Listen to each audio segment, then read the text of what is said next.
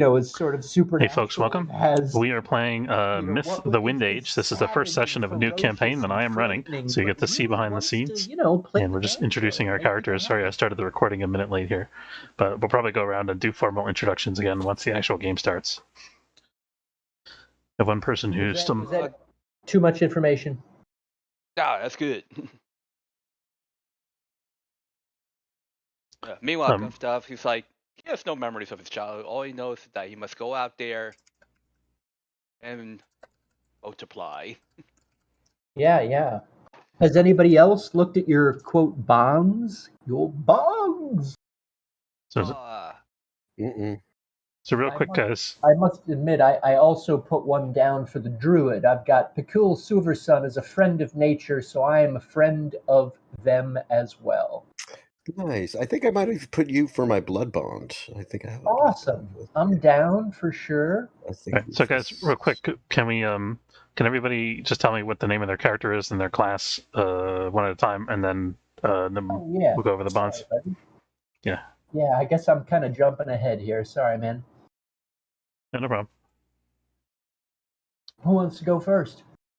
I'll go first. Gustav from my Wildcut. Elf Bard. Okay. Awesome. So hot it hurts. His real name is Steve, but even he doesn't remember. And that's a quote from the emulator. He knows his hotness. All right, let's do Jack next. Okay, Jack. I guess I'm human and I am a punk, which basically just means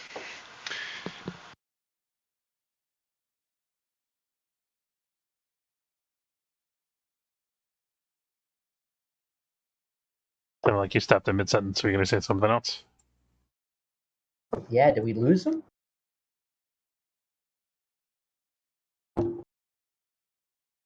Aw, shiz, he died. He died right here and now, guys. Jack, no. We barely knew you. He didn't even get a chance to paint me like one of his French girls. One of his French girls.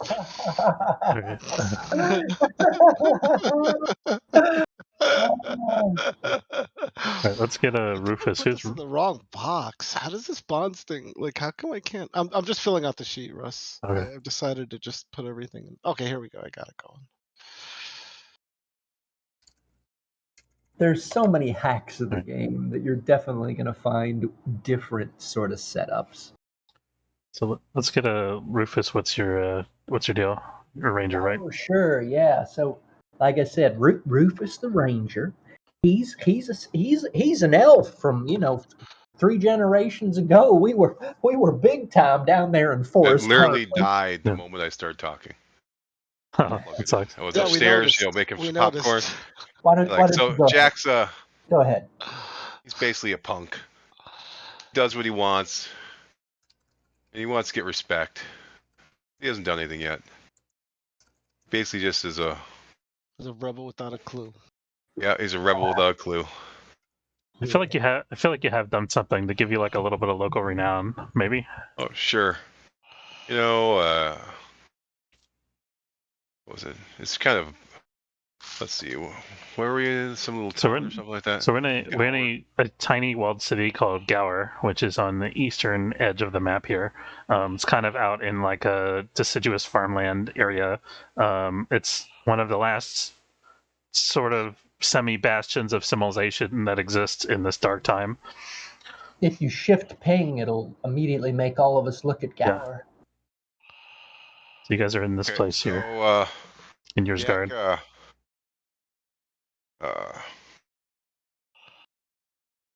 Let's see. It's just how many people are in this town? Us. It's like a couple hundred. Oh, a couple hundred. Okay. I rescued a kid who was on the ice and broke through on the river. I just ran out there and dived in and got him back. And so that was my stupidity, and survived. Nice. So that's okay. Yeah. So you're a little bit more popular with the villagers than you or townsfolk than you might otherwise be. Yeah, and you're a punk with a heart of gold. It sounds Nice. like. I don't know about heart of gold. I just didn't think about it. He wishes to be more kid hated. Kid was a relative, one of my friends. So I wish to be more hated. Okay. All right, People and like me so much. Why do people What? stop liking me so much? last but not least, we have Dram Stoker, the dwarf, I believe. Yeah, he's dude, I stole something from him. he's a dwarf immolator, and It might explode later. he has a love for fire. He's a Scottish dwarf with this voice.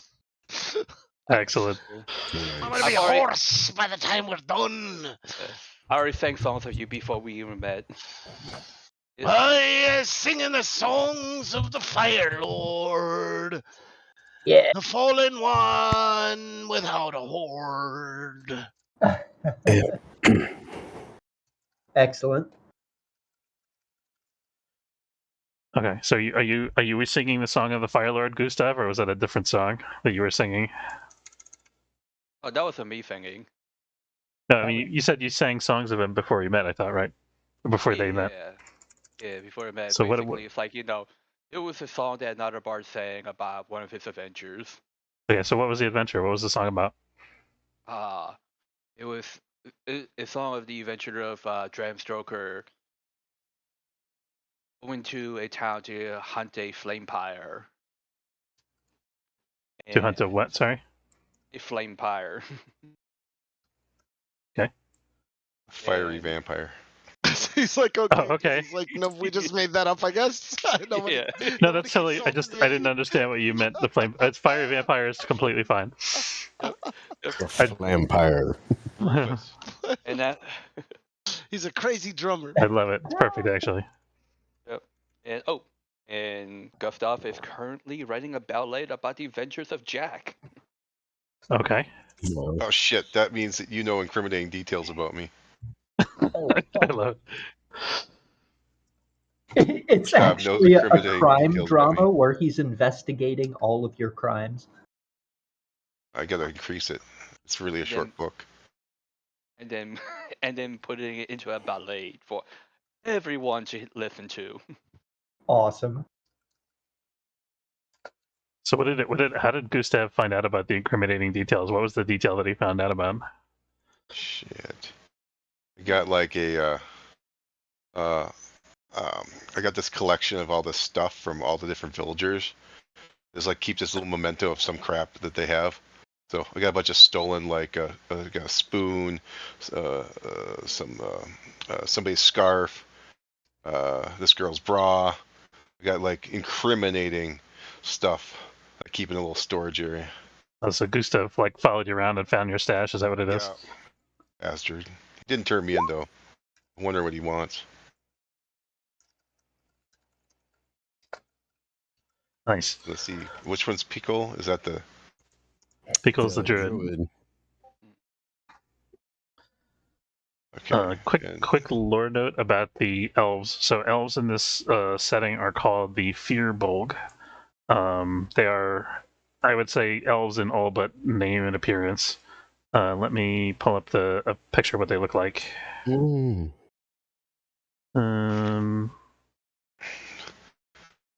Dram, I stole something from you.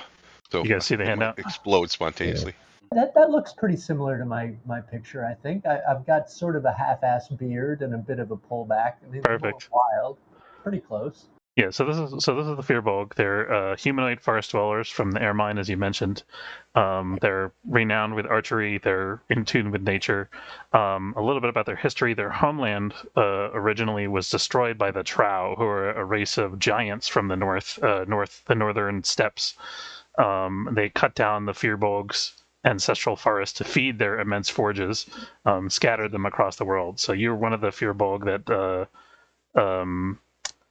retreated west into the downs and the area around the mountains on the west side of the map here.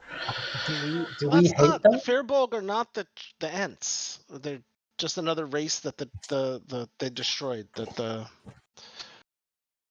the giant iron dudes destroyed. Right. There are forest giants, might be what you're thinking of, but that's a different species. The forest giants are from Forest Heart. Right. I just wanted to clarify that it was. Yeah. So I should put my race not as elf, as furball. Yeah. Right? Okay, gotcha. So yeah, so they're the, and they have sort of a, they're the Fearbog nation, such as it is, has an uneasy relationship with the Caith Bruig Empire, which is the main human nation. Trow is the main human nation, or is No. Trow is a race of giants that kicked your butts. Yeah. They're like worse. They're like 10 times worse than orcs. Like 20 times worse than orcs. Yeah, I mean they're 20 or 30 feet tall. Yeah, and they've developed armor, iron. They know the secret of iron, so they have huge. Well, they used to have a huge citadel. I don't know in this age if they still have. They do, yeah. Yeah, so they have huge citadels of iron. They're like ridiculously powerful, and like they basically were tiny compared to them. It's sort of like Lord of the Rings, but like sort of like on crack on steroids. Yeah, I see you've done your homework. Okay, so let's continue with the bonds. So I just wanted to note that out for the Elven folk. Pykel, tell me about your bonds. What bonds do you have with the rest of the party? Sure, Pykel. Let me just bring that up. With Rufus. Oh, I could just tap them out, right? Do they post if I? No, they don't. I realize that I'm not showing my desktop here. Sorry about that, guys. Rufus has tasted my blood, and there's the Fearbog. We are bound by it. It's a warrior. Wow. It's a warrior ritual.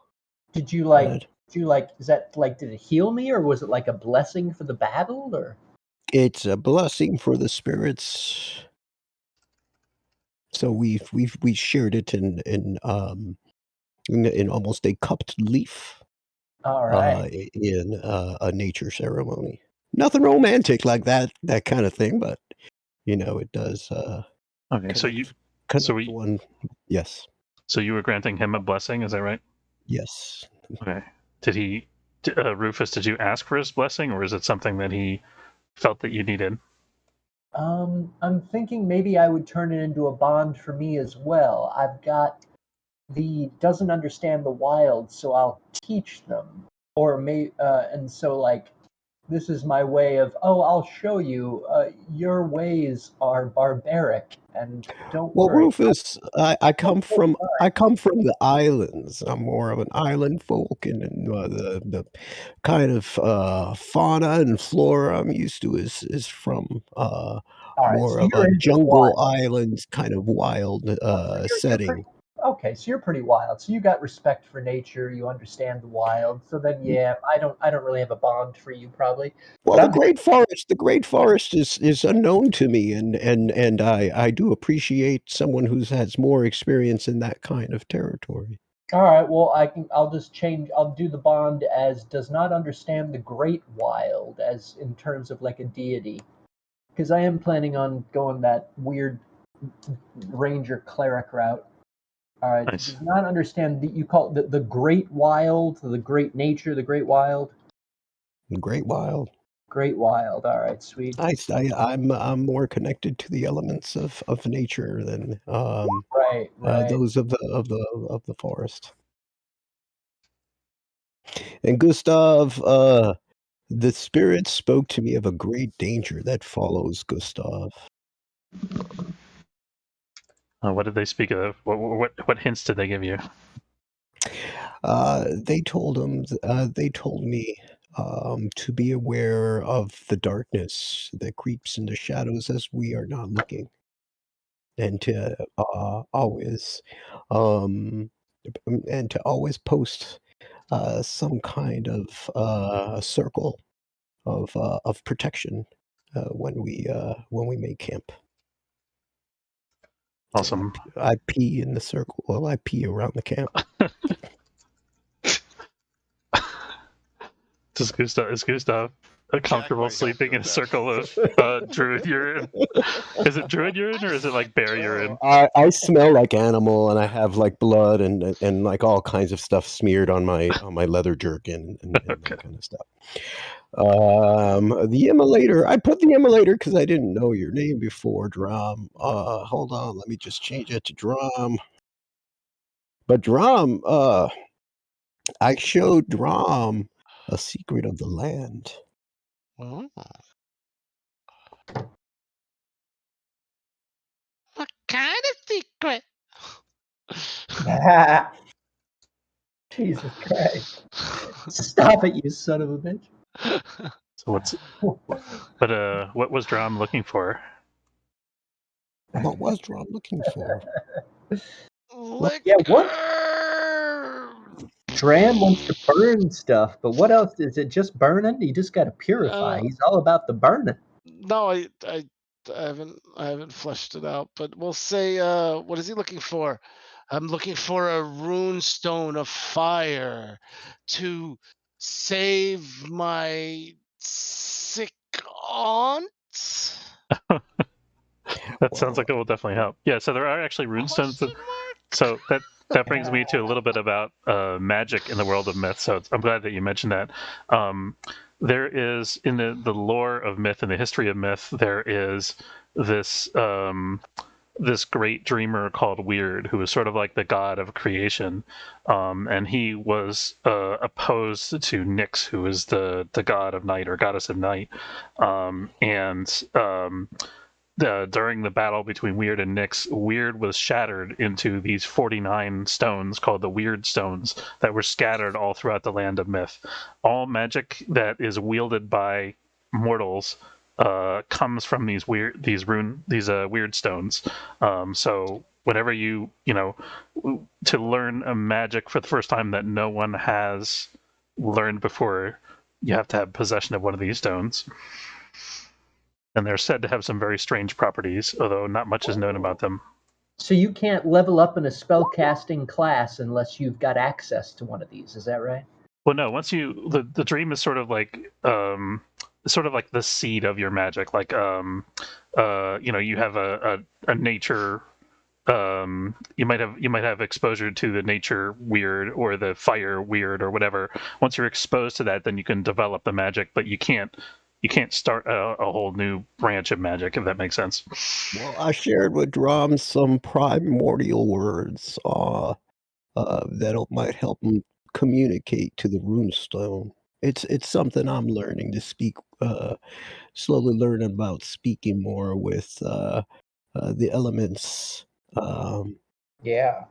Yeah. We've got a lot of elemental. Let's get rune stoned, laddie. And then Jack smells more like prey than a hunter. And that's kind of easy. It's just because he's just always getting bloodied up. He's getting all kinds of bad times. He's gotten all sorts of trouble and fights. I think someone's always looking for him. Who's looking for him right now? Ooh. This big burly guy, broad shoulders. I'd say going almost on 8 feet tall. He runs around with a couple of other ruffians. That sounds like the I keep thinking orcs, but what are they called? The trow you're talking about? Trow, yeah, that sounds like the trow, no? I think they're a little bit taller They're than 8 30 feet, but tall, aren't they? no, I don't know exactly how tall they are, to be honest. They're at least. No, they can be up to like 9 feet. I just overheard Is that talk right? on the street. I think they're 9 like to twice 10 as feet. tall as a person at least, Yeah, but I don't remember exactly. Right, from the video, it was like. Is that 10 Pickle feet. or Rufus? There were pictures as well, and, and they kind of stand at like the height of maybe That's 2 or 3 Jack. men.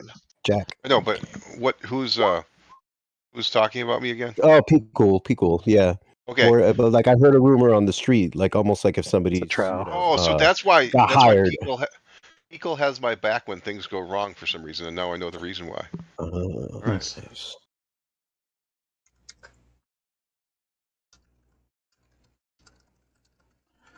Okay.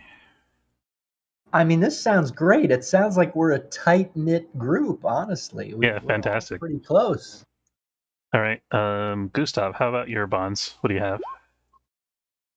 So you got sang songs of Dram. Do you have any other bonds? Ballad of Adventures about Jack. I think that was it, right?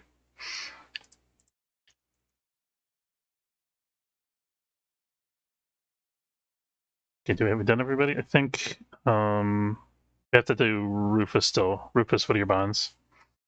Cool, that's cool. Oh, I haven't mentioned mine yet. I'm sorry. So you did. You have a bond with Pykel. Do you have any other bonds? Right. Okay, yeah. So Pico Summersun, like you said, yeah, he's a friend of nature. And then I've also, and now Gustav is sort of like, I guess, double elected. I've got that I guided him probably from one city to another so he could do some sweet performance for the lovely ladies. And so for that he owes me and has agreed to continue training my best friend, the bear Skeeter, to play the banjo. I have some herbs that could also help Gustav with performance. With the ladies and performance. Hell yeah. Oh yeah. Telling you, man, it's all about that natural bond, brothers and sisters. Okay, very good. Anyway, so and then I've got no way, I think I already got that one. So yeah, friend of nature. He's now put as well that Pickhill Severson doesn't really understand the quote great wild, the sort of more deciduous forests of the southern lands. And so I am trying to teach him all I can. He's obviously a very receptive and intelligent student. Probably already knows more about the North than I could imagine. Well, I do want to study some of the animals and creatures you have here, especially that bear that you walk around with. I have a keen eye to learn his ways. Yes, sir. That's for sure. I know to listen to Pico when he's talking. The brother speaks truth when you give him a chance. Nice. And Dram Stoker, what about you? What are your bonds?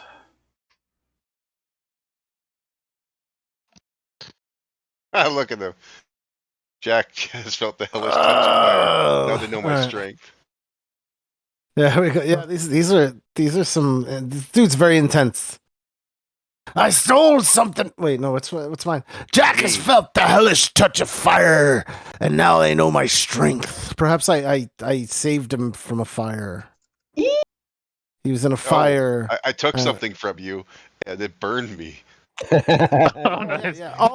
You took. I stole something from you. Yeah, you stole some like tiny they look like gems, but they were more volatile than you realized. And when you left them on your dresser that night, they like exploded into flames, and I sniffed them out and saved you.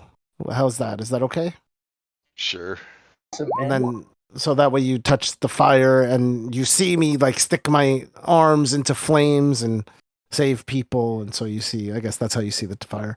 I teach Gustav the true meaning of sacrifice. I'll teach him. He's so arrogant, Gustav. I'm not sure. I don't know what to do with that. I'll teach Gustav the true meaning of sacrifice. What made you think he's arrogant? He's a bit of a pansy. Soft hands. I don't know. Soft hands.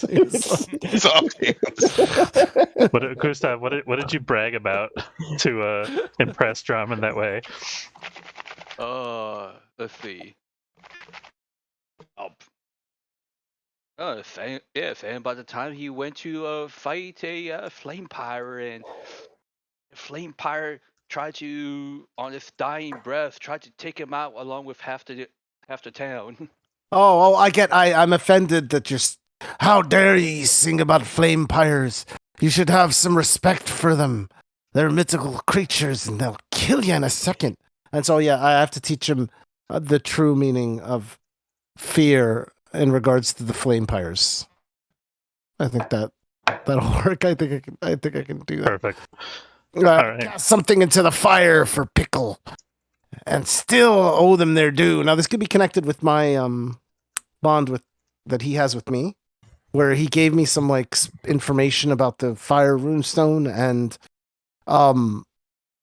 I guess I have to sacrifice something important to me in order to respond, and based on the color it burns in the flames, that tells me something of an omen. And when I burned, I guess I burned a leather bracer that I used in a battle, and when I burned it, the flame glowed white, and I realized from the white flame that I still owed Pickle something, but I didn't know what. I don't know what. How's that? Perfect. Okay. All right. There we go. Any bonds that I missed? Everybody talk about all their bonds. I got one with Rufus. What con are you running? You're trying to sell Okay. off your sister for like the third time. Wow. That could be. Maybe I've got yeah, that could be hilarious that I've got like a ton of like How many wedding things has she conned out of the right, yeah, people of this is her Gower? fifth. This is her fifth Fifth. wedding. She gets into it, she marries them, she's there for a month, and then she makes a run for it. But she's Oh, good looking, so no one really argues too hard. Yeah, no, they're fine. It keeps happening. Oh my God, what are you talking about? Her name is Marisu. It's Marisu. I'm gonna spell that Mary SOO. Yeah, excellent. Marisu. All right. Is this normal behavior for your people? Is this part of the Fearbolg tradition? No, Oh, he's trying to absolutely integrate not. into the population. I mean, if you know like, what I mean. it's definitely yeah. No, I hear you. Like in the elven culture, certainly, like bloodlines are very important. But I've been sort of in exile for 3 generations, and now I'm sort of abusing it. So it's unlikely that my bloodline is truly that important. But I'm still trying to abuse it and scam, and we're making some money off of it. Does that make sense? Perfect. Okay. Awesome. Oh, I got so many ideas already. Yes. Hell yeah, that's what you want to hear, baby. All right. I think I know how to apply messy. It's like napalm piss because I drink too much. Yep. And so when the flames come out of my body, they explode on contact because of the oiliness of the stuff coming out of my body because I'm gross. But not necessarily like gross, but like I'm a drinker, so I'm a stinker also. Jack is regretful.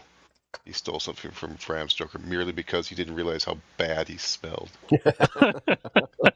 How gross everything was. All right. So let's start with the scene then. Give me 1 second. All right. This will in the future be known as the dark time when living nightmares haunted the lands. With the falling of the sun, unearthly cries undulate from hidden caves as devils stalk out of their shadowy nests to feast upon beast and man alike. They are the Myrkridia. They're slowly hunting humanity into extinction. The last great bastion of civilization is the city of Lancarfan, capital of the once mighty Caithbruig Empire. That's a human empire. City's towering walls, built in the Age of Reason, are proof against any Myrkridian army, so the stories say. None of you are fortunate enough to be there now. Your party is joined in the last defense of Gower, a territory of battered wooden palisades and rugged farmhouses on the eastern edge of the known world. The unstoppable Myrkridian devils have preyed on the people of Gower for hundreds of years. The party, for the most part, meets up at a shrine in Yrsgrad, the last remaining city of Gower. Are any of you clansmen of Gower? No. Would have to be, right? Well, there's many reasons that you might have come in the defense of Gower. You could be a clansman. Well, is the bastion of men, no? Or... Yes, it's a human territory. Yeah. Rufus certainly works for them. Rufus is a monster hunter, and so almost assuredly works for them. But allied, he might scoff at. Okay, so you're here for the bounty. Right. No, I'm here and I've got friends, but yeah, you got it. All right. Okay, so we have no clansmen. Is anyone here in service to the Caithbruig Empire?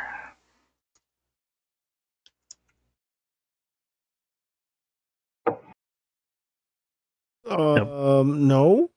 Okay. All right.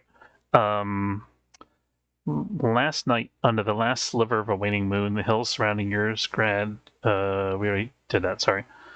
So we begin our story on the night of the new moon as the sun's light slowly disappears from the horizon. Clansmen who could still fight are gathering around the shrine of scattered stone carvings at the center of town. There are several groups of spear throwers and spearmen, and there are groups of clan berserkers, or Hearthguard, as they're sometimes called. You guys can hear the Myrkridia out there shrieking in the night as they surround the city on all sides. Are there any humans? Is this clan just a human clan? Yes. Yes. Okay. So let me move everybody to the next map here. 1 second.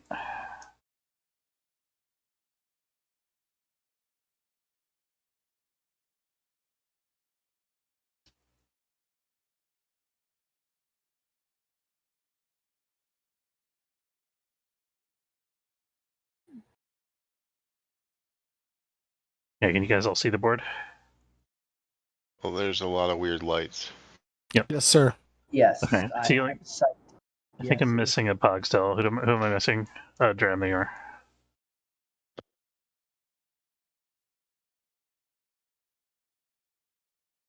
Let's see. No, is mine there? I don't think mine is there either. Be cool. Cool. Okay. Oh yeah, here we go. Who are those gorgeous Pathfinder barbarians to the southwest, my brothers and sisters? Oh, those are the clansmen. Cool. Vision. Yeah, so you guys... When you put Dram Stroker on there, it completely shut off the map for me. Yeah, it's black. I can only see Dram. Is it because he's like on top of you or something? I don't know. No, I can't see. Hold on 1 second. Let me See my token. there are some like light barriers in the city, guys. So let me give me a second to get everybody situated. Is dark vision or something? Is that a thing or? Yeah, so everybody has dark vision. I've set that on your Pog, so you should, if you go into an area where it's dark, you should see a blue aura. Oh, hi. Yeah, Dram has got Yeah. blue aura, and that's the only thing I can see. that's the only thing I can see. I see my token, and then I see Drum. Right. It looks like we've got a radius of maybe 1 hex or 2, 2 squares or 1, so it looks like maybe there's something base wrong. Okay, so why did all the light sources in the game stop working? That's a mystery. Yeah, we could see the whole, we could see reasonably the map. You could see the angles that clearly it was, I saw dynamic. all the torches before. Could it be they were on just the wrong layer? You or shut the something? torches off or something. Yeah, the dynamic lighting was working. Oh, I see a torch. There we go. I think it's just a bug in the UI. Quick, No, gather to the torches. Give me a second to fix that. Okay. Well, there's Jack.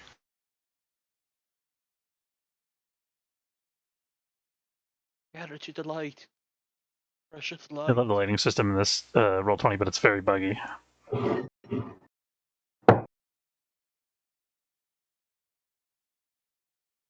Yeah, that's rough. I've had similar problems messing with dynamic lighting on when you've got so many tokens, and yeah, it's tough. You're putting all kinds of little holes, thinking of windows and alleys and stuff, but the scale is really hard to sort of, I don't know, equalize, measure out, know where it's going to hit,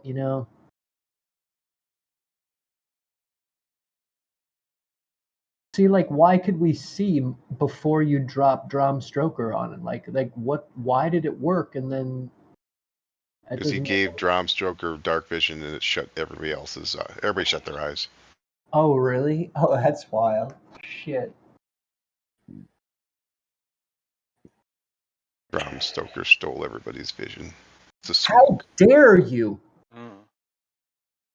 You pyromaniac. I just get rid of this unless you're not showing some of the bad guys. Is that the whole thing? The light from the fire is mine. I take it all. I just take all the light. I'm almost done. Give me the light. What do sacred horses sound like? Well, they just sound like regular horses. Maybe when they start burning, they sound like they squeal. Okay, we've got it. I'm gonna put a strong wind on instead. See some thunder and lightning. All right, I think that's all of them. So you guys should be able to like see all the streets lit up now, right? Yes, sir. Yeah. Okay, perfect.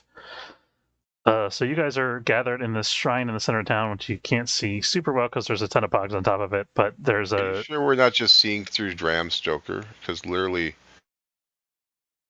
if I move myself over here or something, suddenly these lights don't work. Oh, maybe. Oh, your pog's not set up. Hold on. Oh, you know what? Maybe take a minute and make sure everybody sees out of there, because maybe they're just all seeing out of mine. Thank you. They all have permission to see out of mine. Who was it? Rufus, the red pog? Yeah, Rufus. Or that's Rufus Jack. is seeing. I think Rufus is seeing okay. I'm seeing Dram's Jokers. It doesn't make any difference where I move because it doesn't adjust anything for me. Oh, okay. So yours has to be adjusted. Yeah. Okay, I fixed Jack's pog. Jack didn't have lighting on his pog. It does. Okay, that does fix it. Okay. Okay, good. All right, so you guys are all gathered, mostly gathered at the shrine. Gustav, you are not at the shrine. You are. Where's your pog here? There you are. At the, You are in this large building here. You are on the one of the towers in the top floor, and you wake up as the alarm is sounded, as the Myrkridia are sighted, and you hear the screams and cries as the sun is going down. And the mayor's daughter sits up and is like, "Oh God, what time is it? What do you do?" I was just like, well, my lady, it seems my muse is calling. I must go and witness the battle. But wait, hold on, help me with my armor. Of course. So you start helping each other get dressed. When you hear footsteps coming up the stairs, it sounds like some of the Hearthguard are coming to get the mayor's daughter, because she's one of the spearmen, needs to go join the fight. What do you do? Act natural. Pretend like I actually belong there. Clearly, he hit a bong. Help. Yeah, clearly he's one of the You guys help. did hear that, right? I did hear Is it. it just me? Like, I don't know where that came from. For a second. What's that? The bard hit a bong. That's his reaction. Okay. Apparently, we can. We all have control over Dram's Joker. Okay, we fix that. I'm like having much fun. Ha ha ha. Oh, yeah. Why don't you save that drum for your mom? There we go. Like, Okay, yeah. So Gustav, so the mayor's daughter Yulia turns around and she's like, "Get out of here! They can't see you here." What are you doing? She goes to like hold the door shut. She goes up to the door and like starts holding the door shut. One of the guards starts, "Yulia, are you all right?" Gustav Wake up. is going to do the classic climb out the window and like do like while he's like he has his shirt on and everything, he just still doesn't have his pants on. He's Okay, going so to, on the edge of the just kind of like to to another window to climb through and make his way out. Okay, yeah. So you climb out the window of one of these towers at the top of the building here. This is going to be a defy danger dex. So roll plus dex. Danger. Dex.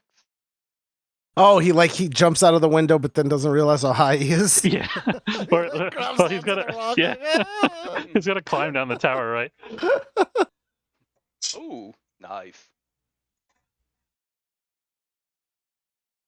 What did you roll? Oh, you succeed. Okay, so you nimbly you're an expert climber, or are you an expert climber, or have you just traveled this route before? This is not his first rodeo. Okay. Yeah. So Yeah, he just like expertly parkours down the tower to like, and like gently lands on like the hay in the stables, puts his Nice. pants back on, looks at the horse that's He's up, like looking at him abnormally light. judgingly. One of the oxen looks at you like, "Oh, it's you again." Judgingly. Yeah. So as you're climbing down the tower, you can hear the screams of the Myrkridia all around, and there's shouting in the town down below, and you can vaguely make out dark shapes like moving in the forest up beyond the wall, just at the edge of the torchlight. Let's see, which one of you is on watch on the wall when this all starts? Oh, I'm out there throwing rocks at him. Oh, perfect. Okay. That's what a punk would do. He's just throwing rocks. Okay. Do you want to make a volley? Take brick. Are you trying to hurt them, or are you just discouraging them? Oh, hell yeah. Oh, yeah. The things are ugly. All right, go ahead and roll plus dex. Right, I got to look at this main, and then I do. So I think this would be a volley roll, yeah. Right, how do I roll it? So you would just press volley. Yeah. Yep. Here you go. 8. Okay. Deal your damage, and you get to choose one of these options. So roll your class damage, and then choose. Let me put a pog out there. How do I roll that? Let's see. It's at the top of your sheet where it says damage in the middle, underneath hit points and armor. Just click on the word damage. The hell's hit points and armor? Alignment, bonds, upbringing, race, global So modifiers. the top middle of the sheet underneath your class. Armor, hit points, damage, press damage. All right, kabam. There you go. Okay, so you let me mark the Myrkridia. So this is let's see.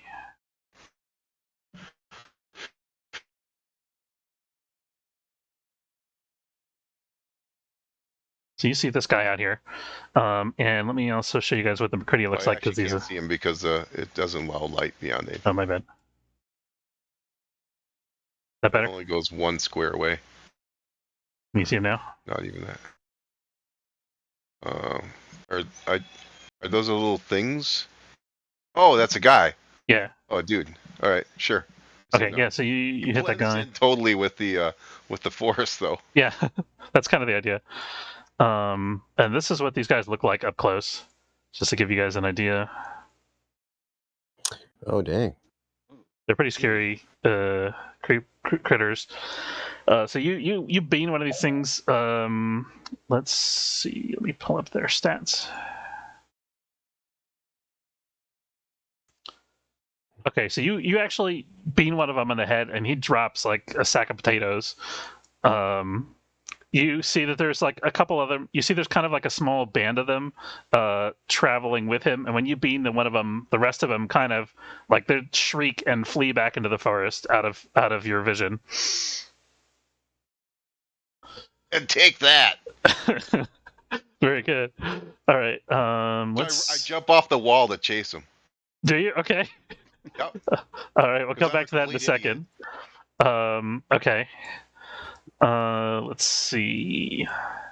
Up until now, when Jack threw that rock, only one of you has fought Myrkridia before and lived to tell the tale. Who was it?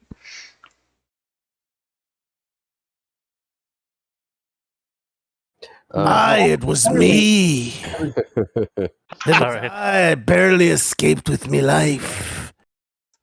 It was dark and stormy. I can tell you the whole long story if you like. Well, I survived. I thought I wouldn't, but I did. That's it. That's all I got. What is it? Gustav saw me, heard the thing, saw me, and then I jumped off the wall. Yeah, so Gustav, you see him jump off the wall.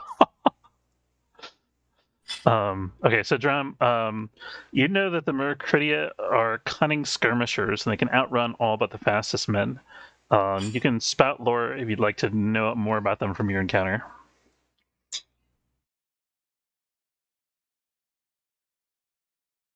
For who? Me? It's for Drum.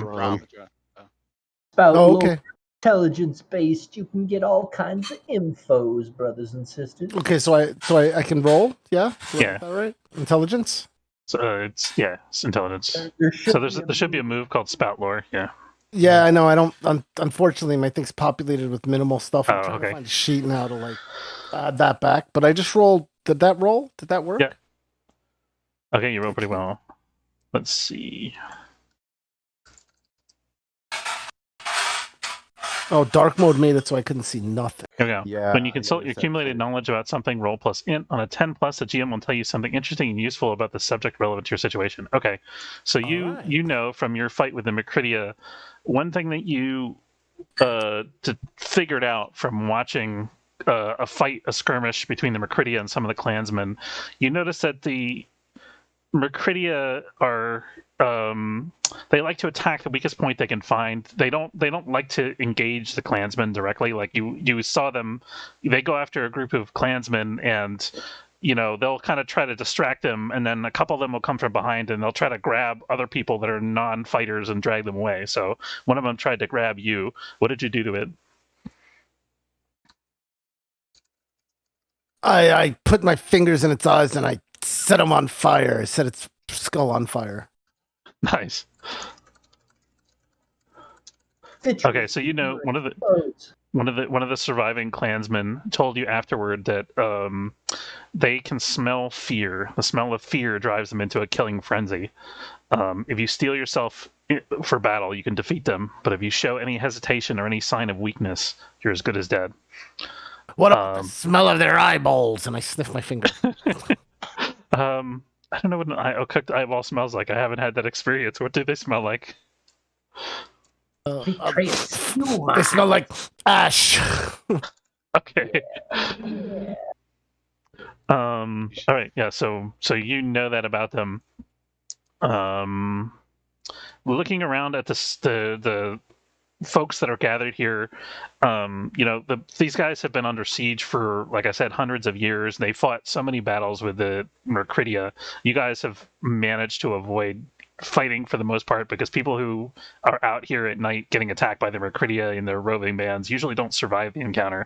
But through the various attempts to defend Gower and so forth, their numbers have been whittled down. So all the guys that you're fighting with, even though they're Hearthguard clansmen and brave and bold, they're relatively green. They're inexperienced fighters. And you see, Dram, that the one of the swordsmen, as you're kind of gathered at the shrine looking around, getting your explosives ready, you see that one of the swordsmen, his hand beside you, his hands are shaking so hard that he can barely hold his blade. Some of the others aren't much steadier. What do you do?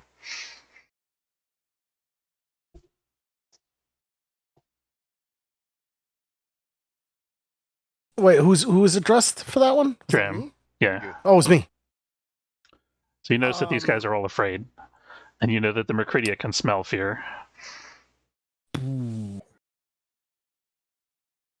I say, well, they should fear me, and I set myself on fire to give them hope. Okay. Oh my If they God. were copying you, I'm worried for the city. Do you want to use an immolator move for that? What move do you want to use? Okay, here we go. Can I use give me fuel, give me fire? What does that do? Hang on. What did it say here? Did it say the thing? Okay, good. When you gaze intensely into someone's eyes, you may ask their player, what fuels the flames of your desire, and they'll answer with the truth. Oh, good. Okay, so in the torchlight, you see all their eyes glinting, and you get the sense from them, from the flames around them, from this, this web of flame that stretches out all across the city, that their overwhelming desire is to survive.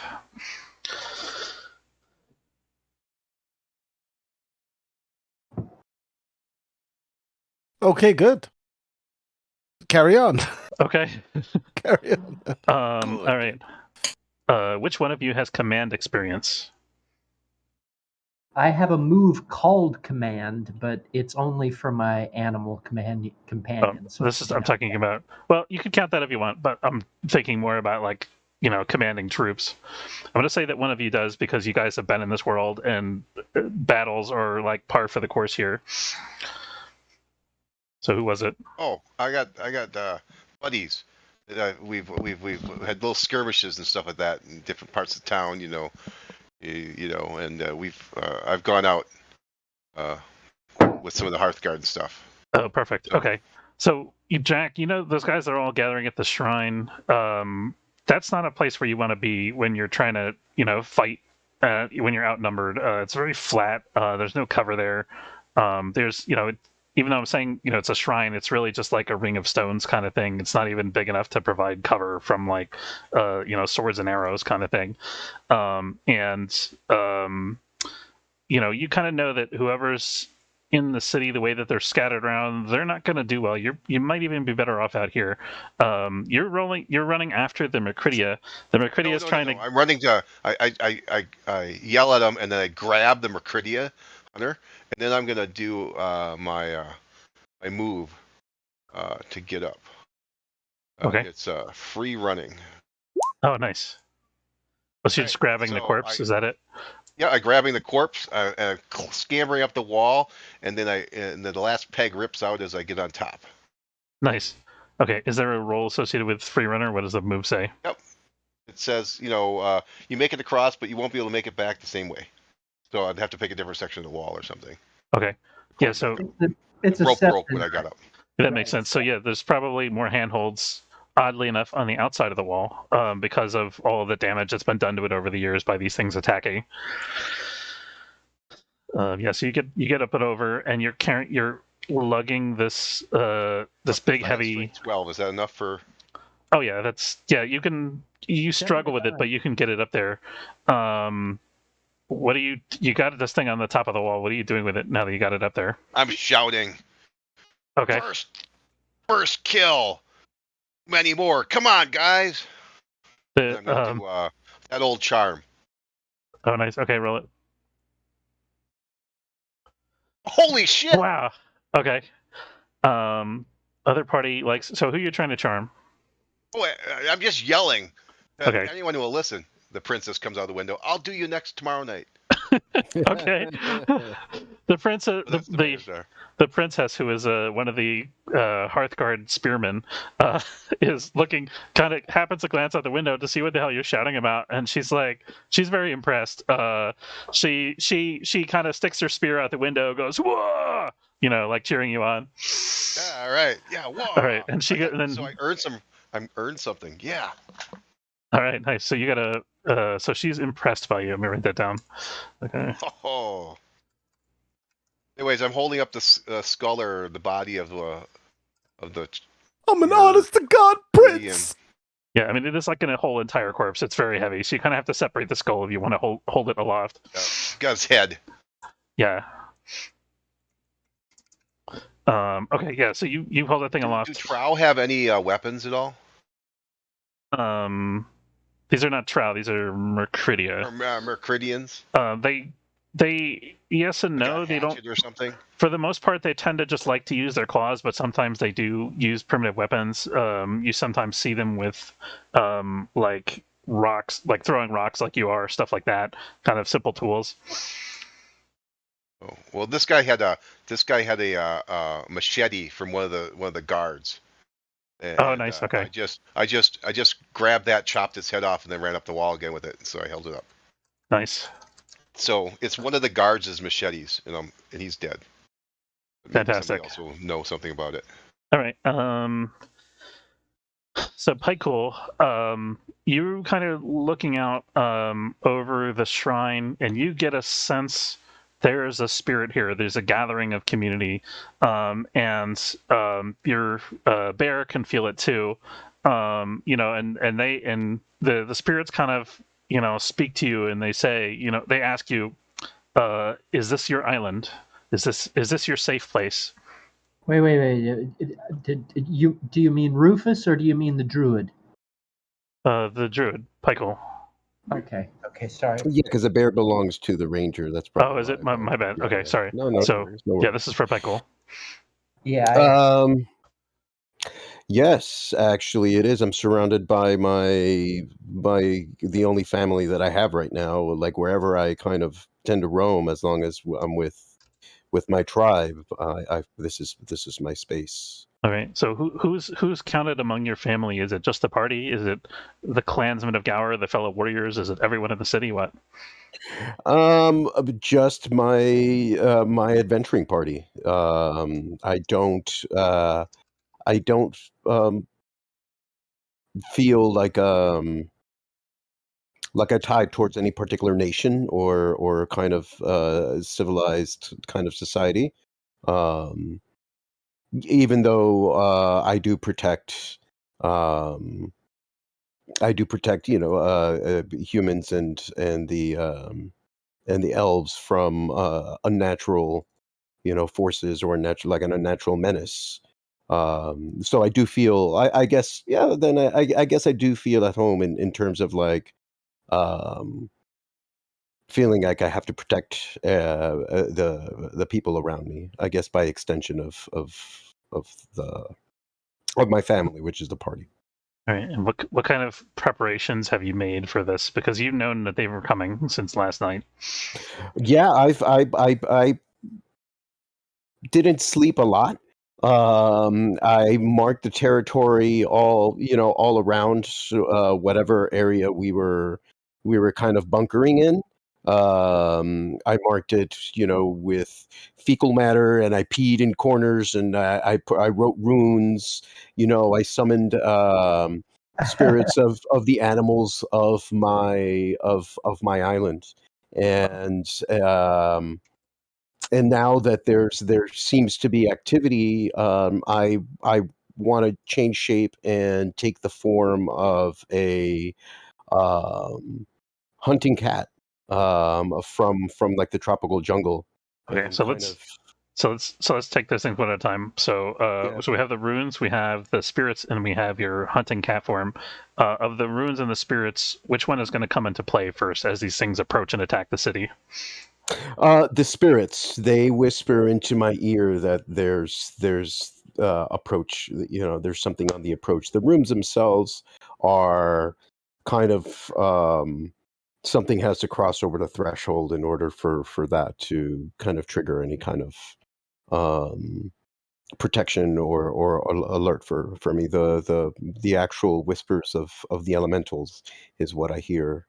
Nice. I get here like a change in the wind, and I know that they're approaching. And okay.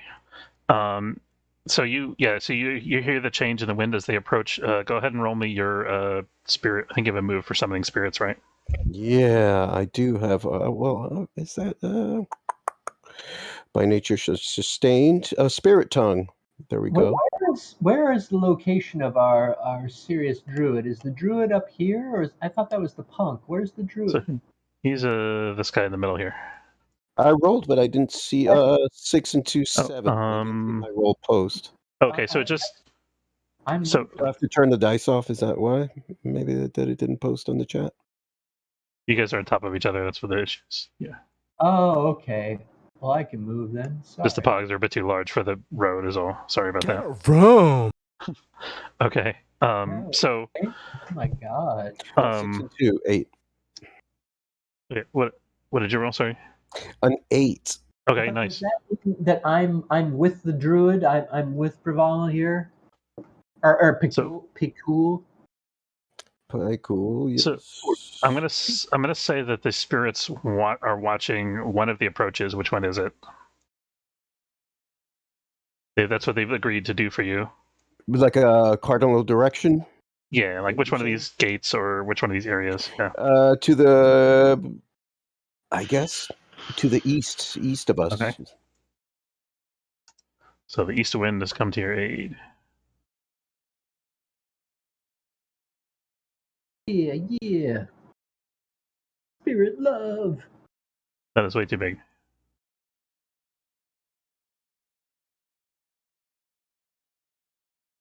Yeah, so I'm gonna mark that this avenue is being watched by spirits. Okay, now next for the runes. Why don't you doodle on? Actually, go ahead and roll for the runes first. Do you have a move for that or no? Let me see if I have a move for that, or what can be. If you don't, you can still do it. We'll figure out an appropriate roll. Yeah.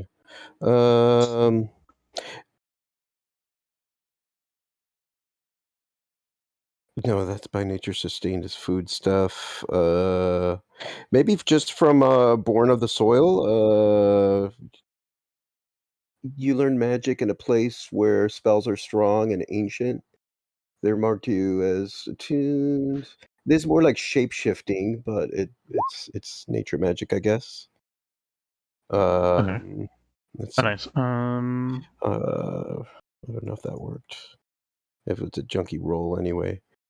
Am I clicking the right thing this way? Then that Yeah, not all of the moves have a roll associated with them. That's okay. Gotcha. Let me read this for a second. You learn your magic in the place whose spirits are strong and ancient. That's obviously your island. Mark you as one of their own. No matter where you go, they live within you and allow you to take your shape. Okay, that's the shape shifting. Yeah. So let's have you roll Defy Danger Wisdom to set your runes. All right, cool. Just give me a quick sec. Actually, you rolled Preparation. I want to ask. I feel like I'm right with Picul because we were right on top of each other. Could I use the assist here to try to help him with this function? I'm trying to learn from him. We've got bonds. Yeah, sure. Yeah, go for it. That'll be nice because I rolled a 5. All right, sweet. All right, so here's my aid. Rolls. It's not. What stat would you think I would use for this assist? Wisdom or other thing? Yeah. So to aid you rolling, so the bond actually is a stat, and it has a number of either +2, 0 plus, or sorry, +1 or +2. Okay. So you can have a bond of 2. Each of you can have a bond of 2 with one person, and the rest of them are 1s. So is this your 2? Your call. I'm not trying to press anything. We are the most nature guided, my brother. Yeah, I think that makes sense. By blood, weren't we? Yeah, for sure. Yeah, we're straight up bound. Yeah, that's a 2 for sure. Yeah, so roll +2. All right, sweet. Well, I am just gonna roll Dex because that's +2. Here comes that roll.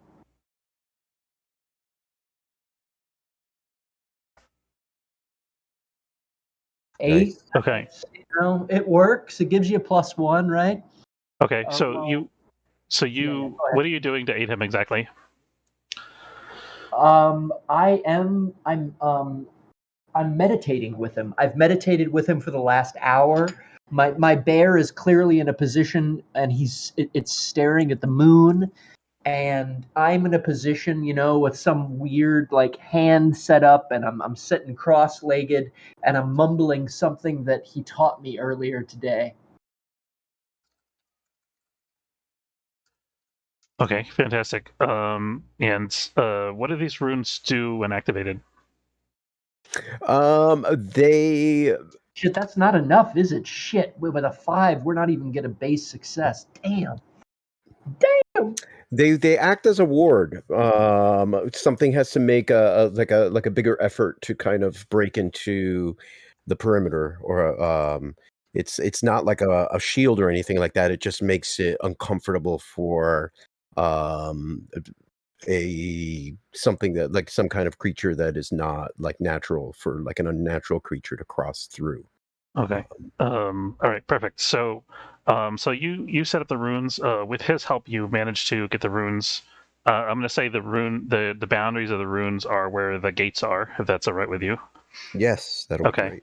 But you find that there is. You realize as you're looking to the west along the main road here that there is an area that on the wall on top of the palisade itself that is beyond the reach of your runes, and it becomes apparent to you when you see one of the spearmen who's there. He's actually throwing spears down towards the forest below. You see a group of claws reach up and drag him down off the wall, and he disappears. And he was not family to you in the way that the party is, but what is your feeling about that? It's terrible, because I am trying to protect this place, and I'm trying to help it. So it does make me feel,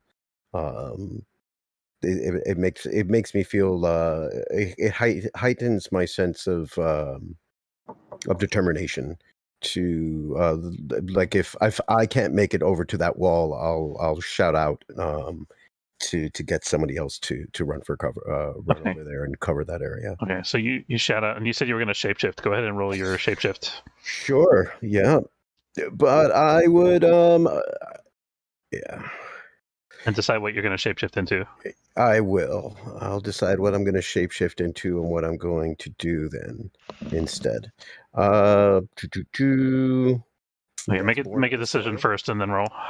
Sure. I'd like to actually shapeshift instead into a gorilla and do like a run over to that wall and like give kind of like a terrifying kind of shout, like a terrifying roar. Okay. Donkey Kong on the scene. All right. So go ahead and roll for your shapeshifting. That does have a roll for it, I'm pretty sure. That's the spirit tongue. I don't think that's it. That's not it. Oh no, shapeshifter. My bad. That's a worse roll. There you go. Okay. So you start to change shape. We'll come back to that.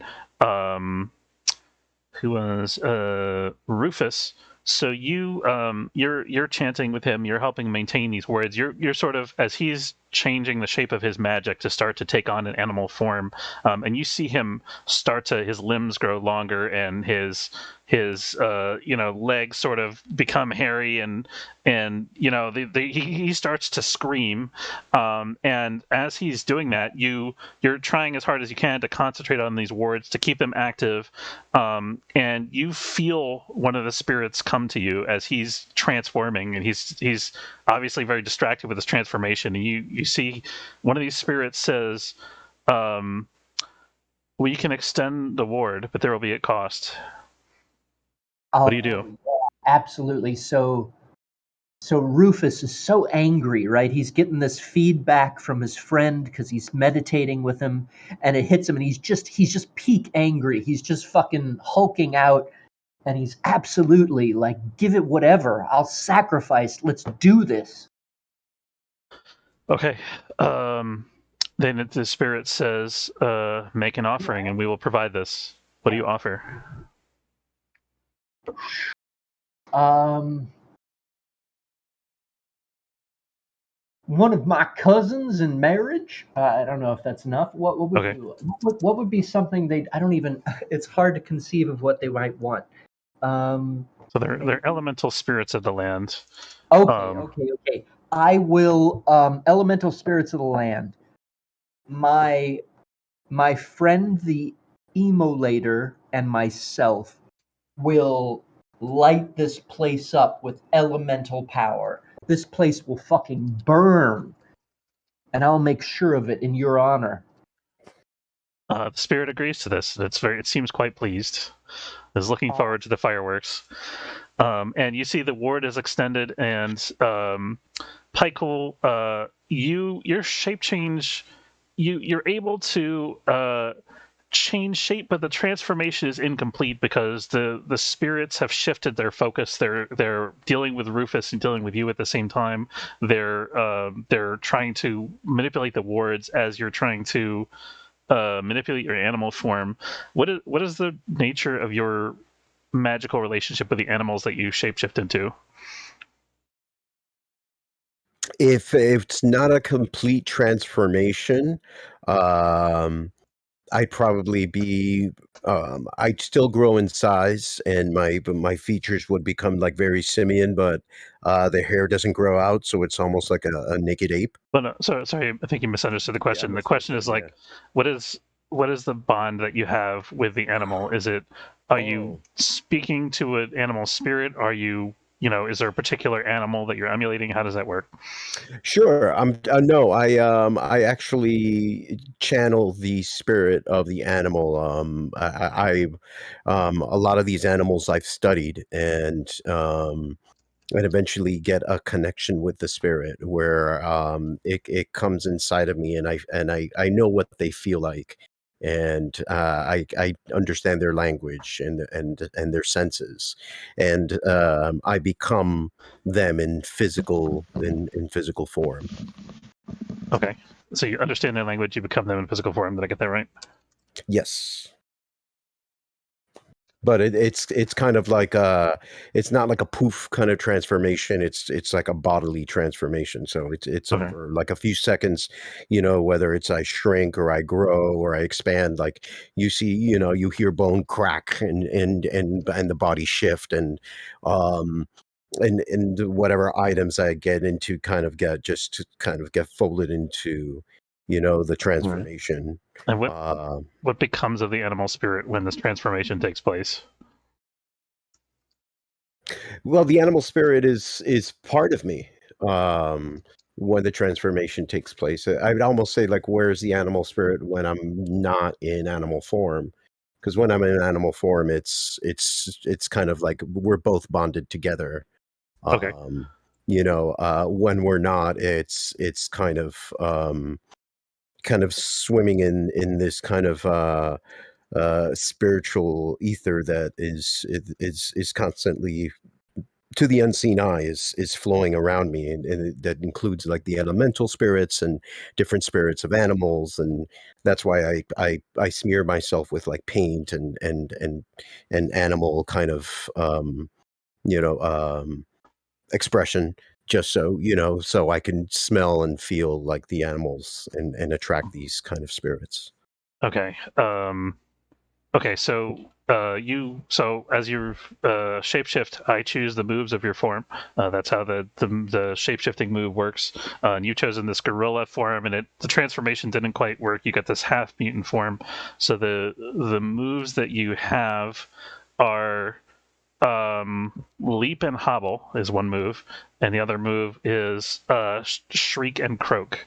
Those are the moves that you have in this mutated half animal, half human form. Once you've used one of those two moves, then you'll revert back to your ordinary form.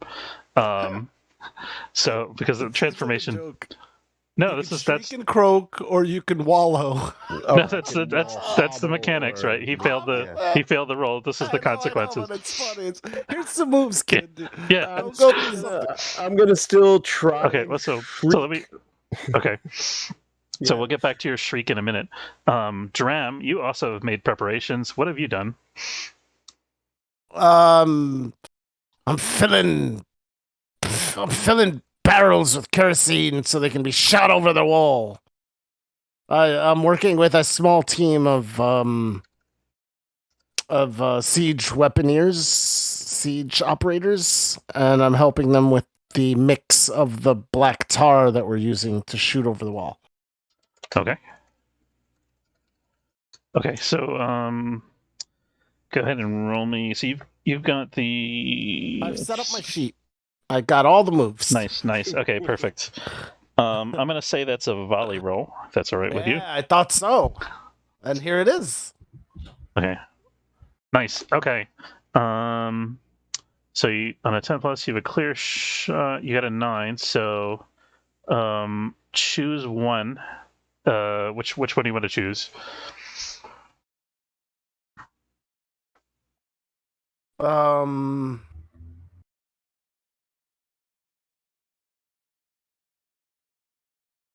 We have to move to get the shot placing. Okay, where do you have to set up the machines in order to get? So I'm assuming you're launching at the ones at the west gate. Is that a good assumption or no? Yes. Okay, so where do you have to move your siege engines in order to reach the west gate? We miscalculated because of the wind. So now we have to move closer. Right. So go ahead and move your POG to where the new location is going to be. Okay, fantastic. And go ahead and deal your damage. Okay, my damage is 1. So click on where it says damage in the top middle. Whatever my damage is, right? Yeah. On my sheet? Okay, perfect. Boom. Yeah. Okay.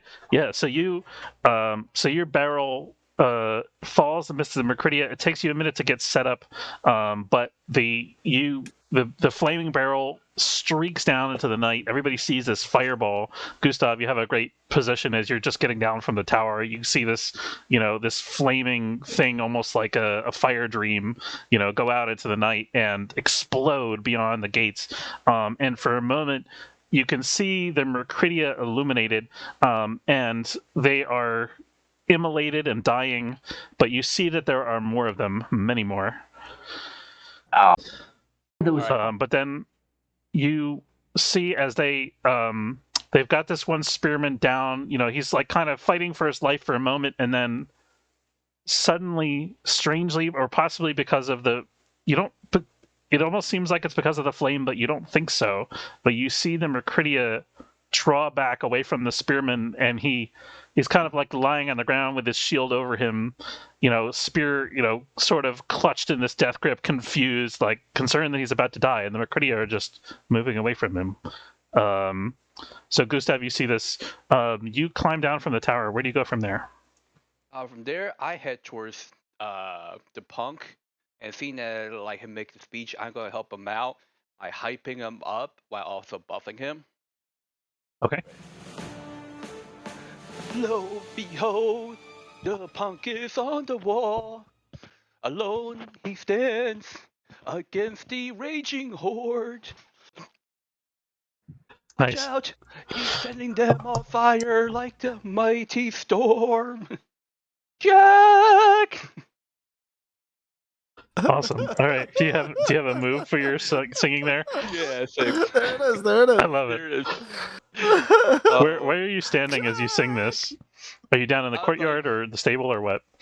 I'm like heading towards the wall. Okay. And then so I'll give him a plus 1d4 over to damage. Okay. Okay, yeah, so you give him a 1d4 to damage. Jack, he's singing, he's pumping you up.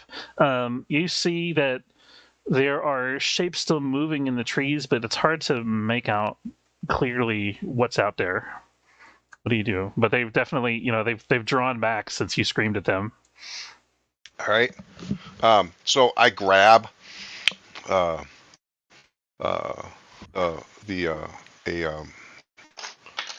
what do you call it?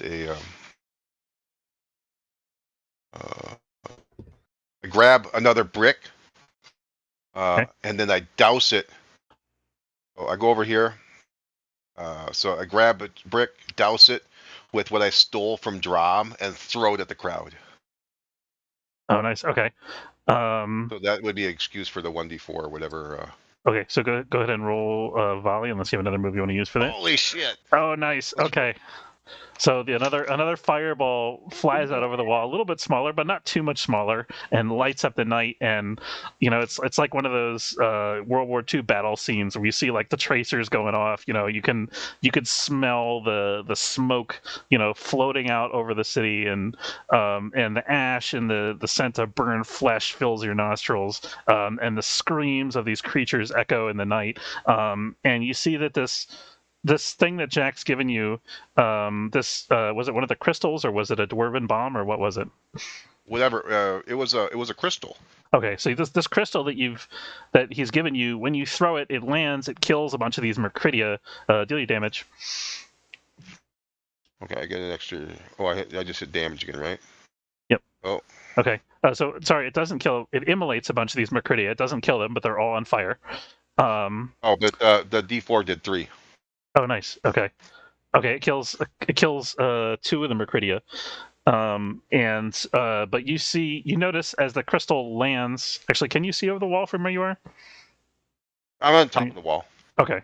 Yeah, so you see as the crystal lands that it kills 2 of the Myrkridia, or kills one of them, sets one of them on fire, and it's kind of running around, screeching and like slashing at itself with its own claws, and trying to get the fire put out because it doesn't really know what to do. But you notice that the crystal is still sitting on there on the ground, burning, and there's the smell of like wood smoke. Let's see. So that was Jack. Did Rufus lose his turn by assisting?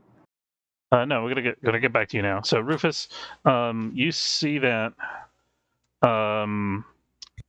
You see that there's like a skirmish at the west gate. There's another skirmish at the south gate. The spearmen are throwing spears over the walls out into the night. You can't really see the creatures come beyond the walls. You notice that after a good 10 or 20 seconds, it seems like the Myrkridia, the screams get more distant. It seems like they're running off into the night. What do you do? Those sons of bitches running off. So I've got no line of sight to any of them. They've all gone off running. Right. So as far as I see Dram off to the west there, and he's no longer under threat. We've got like our sort of local barbarians. They're okay too. There's nobody under threat. Is it like a total retreat?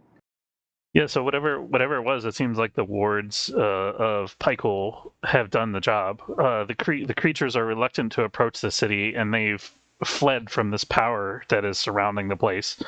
Okay. But the night is... Rufus is no hero.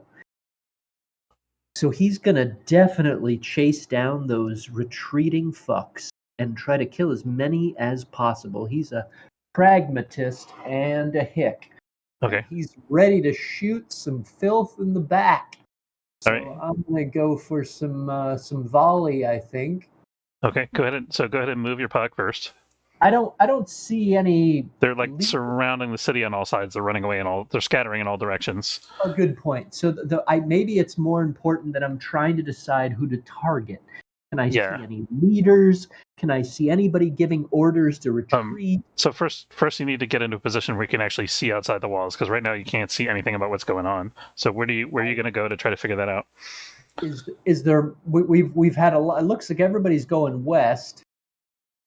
Is that our best bet for spotting long distance stuff? I saw somebody right over here as well. There's definitely a group sort of encroaching. What do you guys think? Should I back you up totally, or should I go for another group? Go for another group. Yeah. Directions, you could just grab a chunk. All right, fucking Studley all around. So I will send off Skeeter. Hey, Skeeter! Charge! And Skeeter is a huge, fast, and stealthy giant bear. So he's going to try to flank him while I shoot the motherfuckers in the back of the fucking skull. Okay, so move your pug and your bear's pug to the city walls, because they're all outside the city. So pick which gate you want to sally out of. I see. Okay, let's see. Which gate? I guess because they want me to teach my own, so I'm going here, right? Like these are bad guys right here. Is that right? These are bad. Yep. Oh no, those are the spearmen. I'm putting them on the board here. Hold on. Oh, my bad. I thought it was just the barbarians that were on our side. The barbarians and the spear guys are both on your side. They're like melee and ranged units.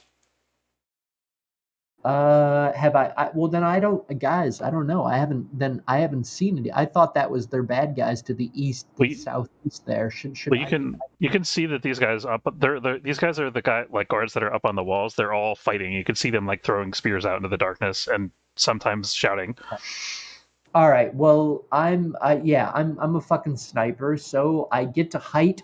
I send my bear into the fray to attack the targets that I am. He's trained in killing humanoids and monster hunting, so I'll send him out sneaky wise and try to see if I can get a shot on somebody of importance. Okay, so can I move you up to the wall? Is that cool? Yeah, thank you. All right. Okay, and then the bear's going out here charging. Are you charging after the Myrkridia or sneaking after the Myrkridia? Sneaking. He's stealthy. One of his strengths is stealth, so he's going to try to come around to flank. I don't know where you'd like me to put him. So first, because you said you're looking out as you get up on the wall. Roll me a discern realities. All right, cool. Discern realities.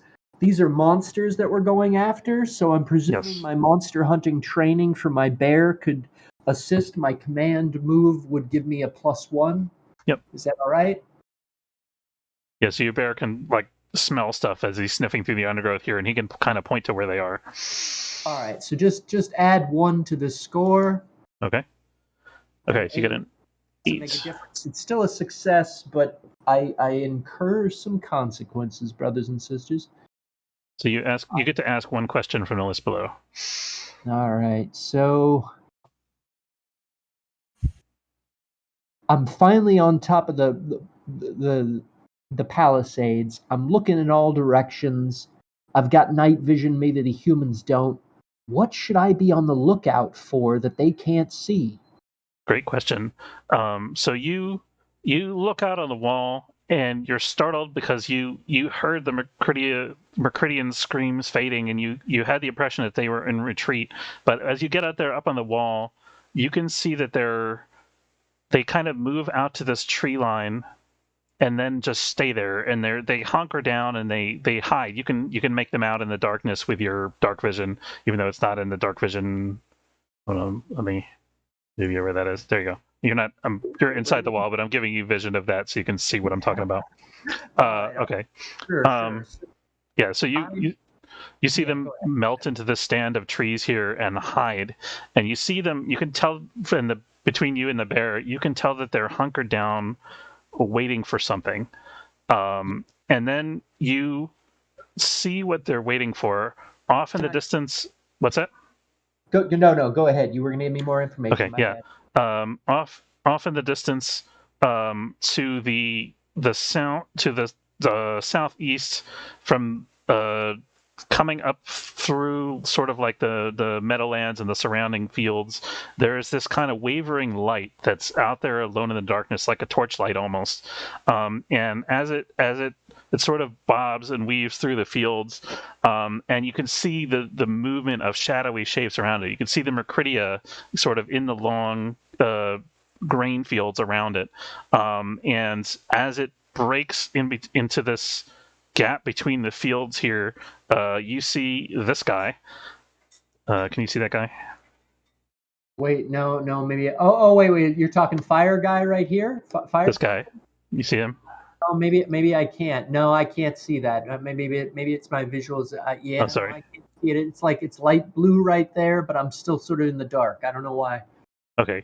Yeah. So you're catching him on the edge of your dark vision, but let me give him a light source. Actually, hold on. Cool.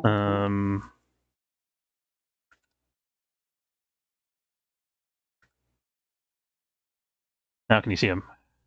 Yes, absolutely. Okay, perfect. All right, you can see him from the wall, right?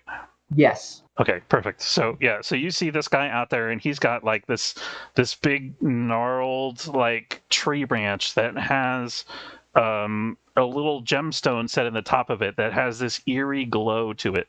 And you see the Myrkridia are waiting for his arrival. What do you do? Oh, fuck. All right, so I'm hoping it doesn't take up my whole action, but as I'm moving to do something else, I'm screaming as loud as I can, right?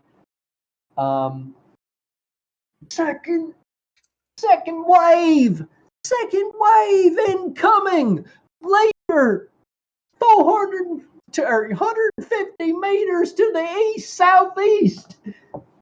Unfortunately for you, he's out of bowshot range, you figure. What do you do?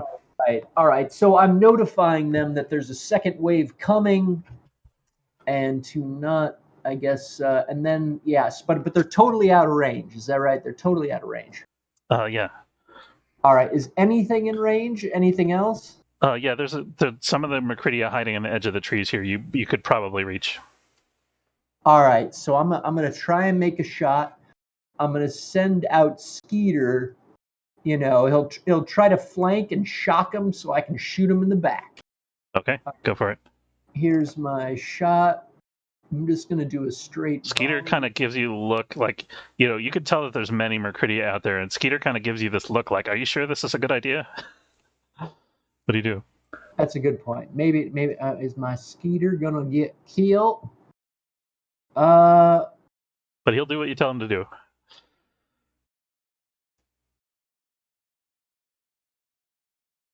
Yeah, let's do this fucking shit. Let's do this. Here we go. All right, well done. Come on, give me something. Get. Papa needs a new pair of shoes. All right, I'm gonna look for anybody who looks like they're in charge, and I'm gonna try to do a called shot to the head. Okay. Roll it. How about the dude with the jeweled tree stump? Right, exactly. Like, can I target him? So he's out of bow shot. I said before. Too far. He's too far. Yep. What if I was riding? What if I'm fucking bear cavalry? You want to ride bear cavalry? Okay, go for it.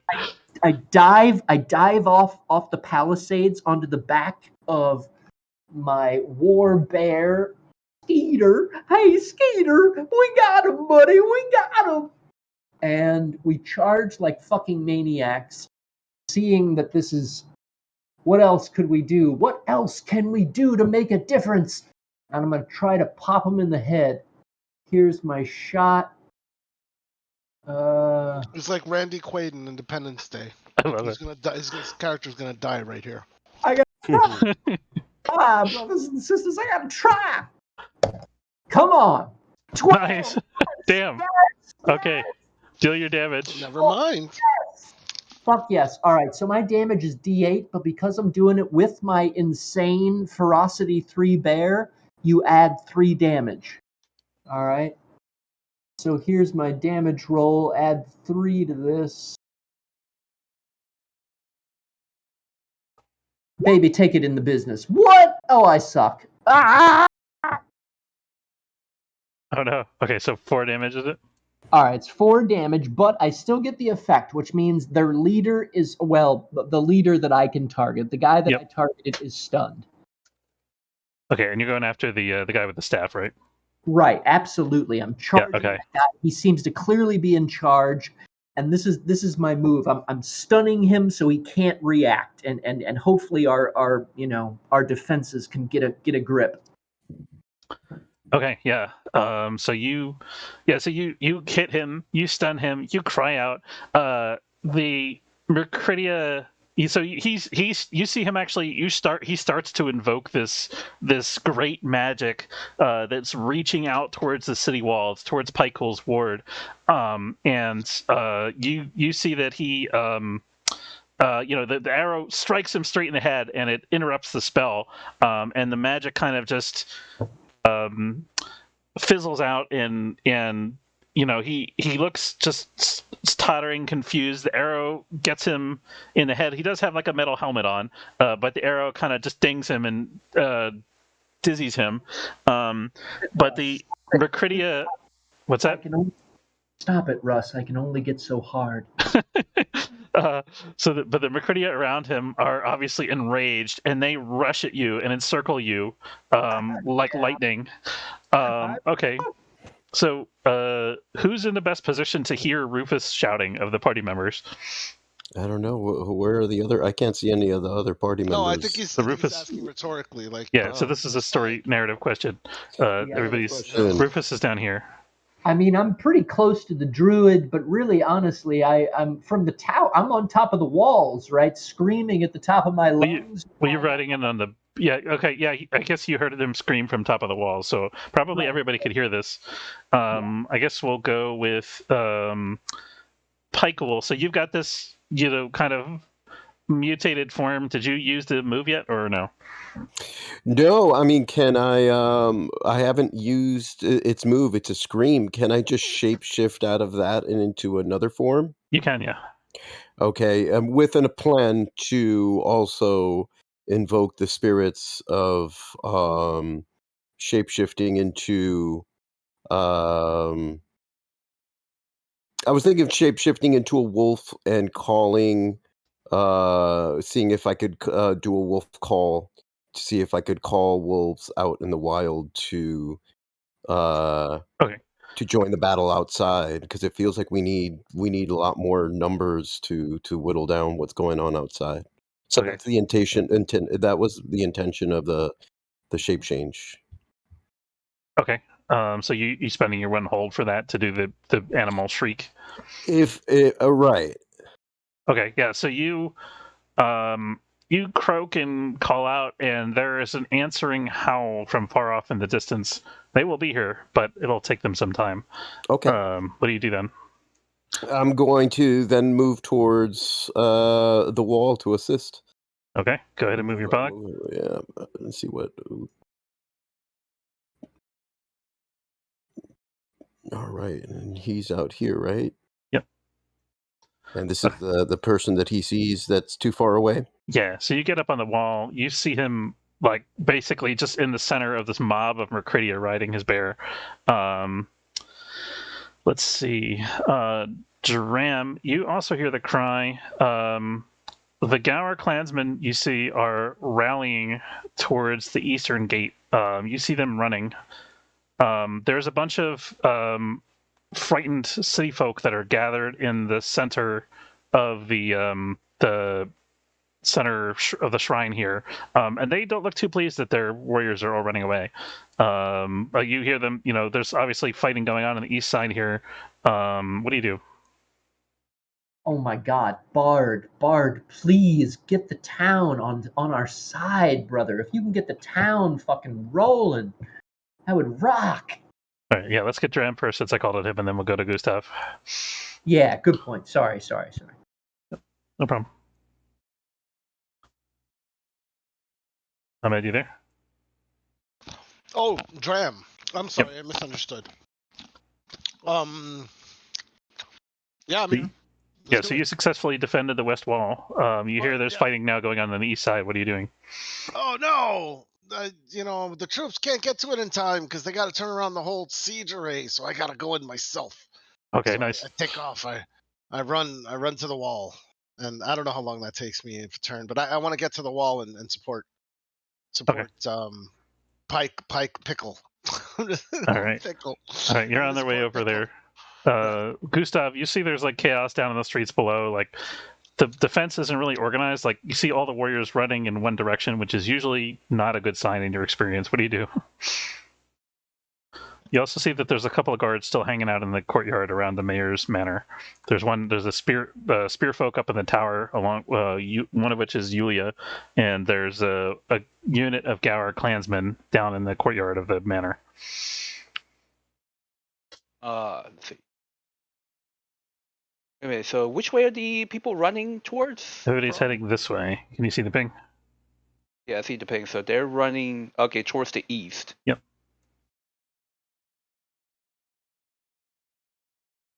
All right. All right. I'm going to do another arcane art and basically go like, let's see. Yo, Jack is fighting on the wall. He's fighting alone against the horde. But lo, Jack, the east. You must go and aid your friends there. Love it. Oh, Teen, holy shit, you fucking crushed it. Oh, I'm giving that +4 to damage. Excellent. Okay. So Jack, you hear Gustav saying, "Go east along the wall," and you've got this, flaming conflagration in the forest slowly spreading down below you, and you notice that the flames are also traveling eastward as they start to light up the underbrush. And the Myrkridia that are in the north here are kind of scattered. It seems like you've successfully defended this particular area of the wall. And the Myrkridia are not going to try to brave that wall of fire that you've essentially created. What do you do? Nice. Okay. Well, I'm gonna get over there and let's see I run across the wall. Okay. Steph will move along the along the wall with him. Well, on the safe side of the wall. Okay, so go ahead and move your token. All right. Where'd my character go? Is it? There we go. Okay. All right. So I am moving here. All right. So this is where I think it is, or further on. Okay. So there's something danger here.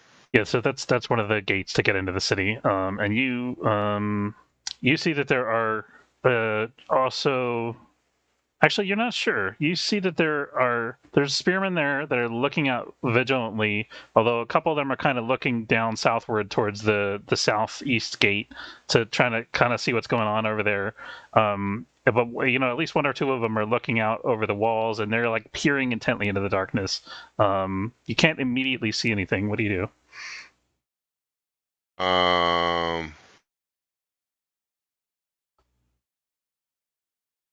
Guess I'm gonna. So he's with me. Yeah, good stuff is with you. Yeah, so Gustav's He's with you, still and you got but there's a unit of spearmen that are up on the wall here as well. Yeah, he's still jamming away. Great. And is there anyone out there that I can see? Do you want to try to? You can try to discern if you'd like. Sure. This is so metal. Discern realities. And what should I use that? Let's see. That's wisdom. Okay, so I just press discern realities. Okay, so you get to ask 3 questions from that list, and you take +1 forward when acting on the answers. All right. What is about to happen? Okay. So you see that there are Myrkridia that are huddled out in the forest, waiting out at the edges of the torchlight. You can it takes you a minute. You kind of have to look and just sit there and watch, but you see them kind of shuffling through the trees up like around here. Are you saying all sides? Are you saying all sides or a specific direction? Is it? I'm talking about the ones in front of Jack here on this side of the wall. Oh, okay. So west side, right? Northeast. Northeast. Oh, my bad. I'm sorry. Yeah, so you're looking up along the northeast wall. You see this Myrkridia shuffling in the forest there, and just like Jack saw, you think that they are getting ready to rush in again and attack the gates and the walls as soon as the shield is broken, the spiritual ward that Pykel has put up. All right. So, and then it's the other question is who's really in control here? Good question. You could tell off of the forest to the north, there's sort of a larger congregation. Northeast, there's sort of a larger congregation of the Myrkridia that you've seen them. They're kind of skirmishing all along the southern wall, but in the forest is really where the main force lies. You see that there is a bigger, kind of tougher Myrkridia. You can't make him out too well in this light, but you can tell that he's got a spear, which most of the others don't carry, and he's kind of out there like waiting, and he's shouting at the Myrkridia, telling them and like directing them to go, but you kind of it's like a subvocal language. You see him like gesticulating, and there's this kind of like rattling sound that comes out, but like you can't really hear properly what they're, like it's a loud noise. But you can see him directing troops, like positioning them to attack different parts of the wall.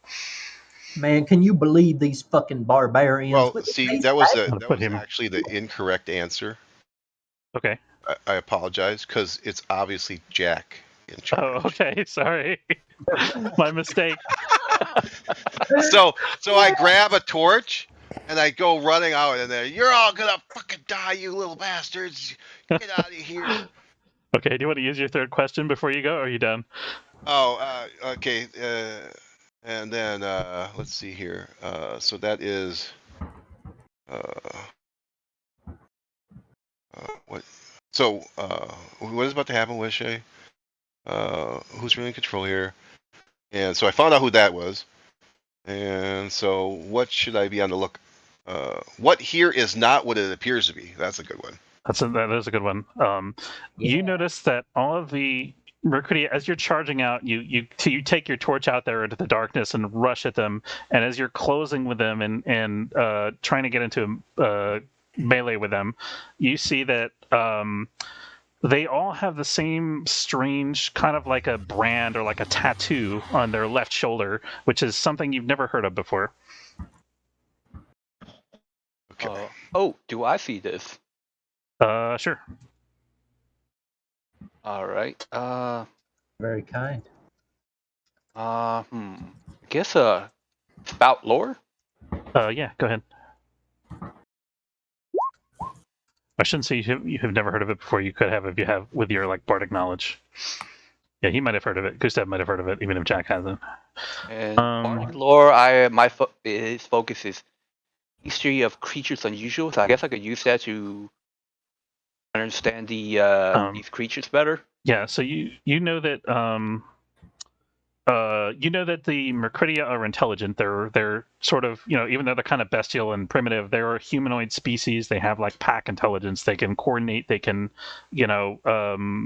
give orders and communicate with each other, and they have like a hierarchy within them.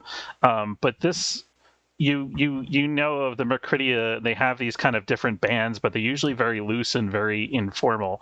And you've never heard of a marking like this before. It almost seems like it smacks of some outside influence, some influence of the dark. We are what you call fucked in layman's terms. I'd tell you we're fucked. And it's a little bit more about the dark. So because you're spouting lore, so the world of myth goes in cycles of light and dark, and the cycles last 1,000 years. And there's a comet that's supposed to herald the beginning and end of each cycle, and that comet comes once about every 1,000 years.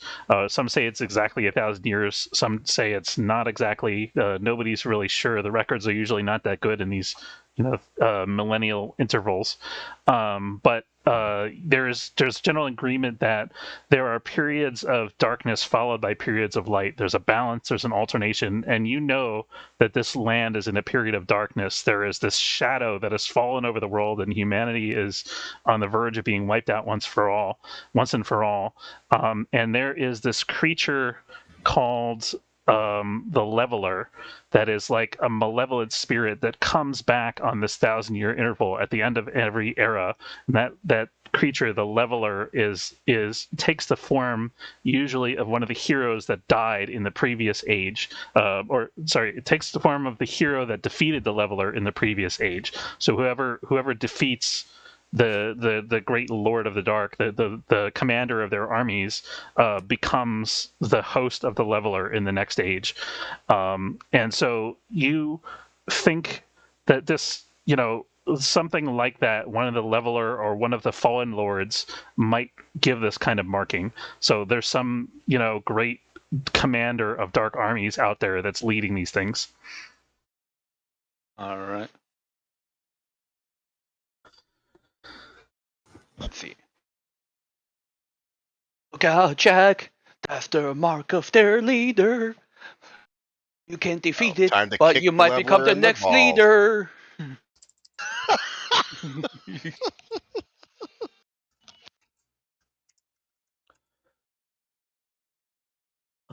Okay, so so you get this. So Jack, you're rushing into the fray. Rufus, the Myrkridia attack you on all sides, and they come and they kind of make a show. They make a display of like rushing towards you, like leaping up, trying to grab at you, trying to grab at the bear, slashing with their claws. What do you do? Is that for me? Right. So this is for Rufus. This sounds like a defy danger versus being able to make an action, right? This is me getting attacked. Yeah. So defy danger. Excellent. You can use Dex or Strength, I would say. All right, sweet. So I've got this fast, stealthy bear. We're definitely dexterous. We're moving left and right, firing arrows here and there. The bear. I hear what's going on there. Yeah, right. Here we go. All right. Dex. Now, I feel like because he's trained, he as in Skater is trained in monster hunting. So I was thinking maybe, totally your call, this might be pressing, but I might get the bonus of his cunning based on the command move I have because he is trained in monster hunting. I think that sounds reasonable, but pop the move down in the chat. Oh, absolutely. Sure. You might. Okay, when you work with you, yeah. So you're trained. He's trained in fighting monsters, absolutely. So which? Sorry, I buried it. Didn't mean to bury it. Yeah. No, he's command again. I'm gonna say this is it's not parlaying. They're not interfere. I'm gonna say you can add its instinct to your roll. All right. Because it's aiding you. They're trying to separate you from the others and separate you from each other. Nice. All right. Well, it's got a diesel instinct of 2, so here's my roll. Yeah. Nice. All right. So moving around, staying mobile, avoiding them. They're running into each other. Maybe, I don't know. They're having trouble tying me down. Okay. Yeah. So you're skirmishing with them. Your skirmishing route is going to inevitably take you northward because there's a lake and a river coming out of the city to the south of you. So there's no unless your bear is going to swim across. Which is your bear going to swim across? No, I mean, I guess we're trying to defend the city. I might retreat to the wall. Okay. But yeah, no, I'm not just gonna fully retreat. So we sort of established that they're surrounding you. So I'm going to say you can't get to the wall right away, but you can kind of get out of their pocket and get to the north of them, and that's all right with you. All right, sweet. Yeah. Okay. Yeah. So you escape the encirclement, and yeah. Are you firing your bow at them? Yes, if I can. If you'll give me a volley, I'd be. Yep. Go for it. All right, sweet. I'll take a shot, trying to bring down one of the closest. I've got near and far with the old volley here. I'm just going to go for a straight volley instead of a called shot. Here's that shot. An 8 will get me at the attack +3. I mean, you might deal. You're going to deal damage to me too. But here's my damage. Is this roll +3? 5 + 3 is 8 points of damage. Not bad for that ferocity. But I take damage too, or I mean, I have a consequence, of course. Your call. Yeah. So you see that there are more Myrkridia out here in the wings that are likewise kind of laying low in the fields, waiting for this spell to be cast. So they're you kind of rushing by them as you're heading north, but you see that they're hiding out there, and you dealt 5 damage. So you kill one of them and wound another one. I do 5 + 3 because this is something my is trained in. It adds 3 damage. It adds its ferocity to my damage. Okay, so you kill 2 of them. Nice. All right, sweet. All right, so Dram, you get to this southeast gate. Actually, Pykel, I think you got there first. Pykel, you get up along the wall near the southeast gate, and you kind of see this all going on. You see Rufus is already riding northward, and you see that there is this, guy holding the staff way out there in the field. What do you do? He kind of, he starts to he looks. Well, I don't know how well you can make him out. Actually, you're human, so you kind of just see that he's there. He might have an arrow sticking out of his helmet. Yeah, you see the arrow sticking out of his helmet for sure.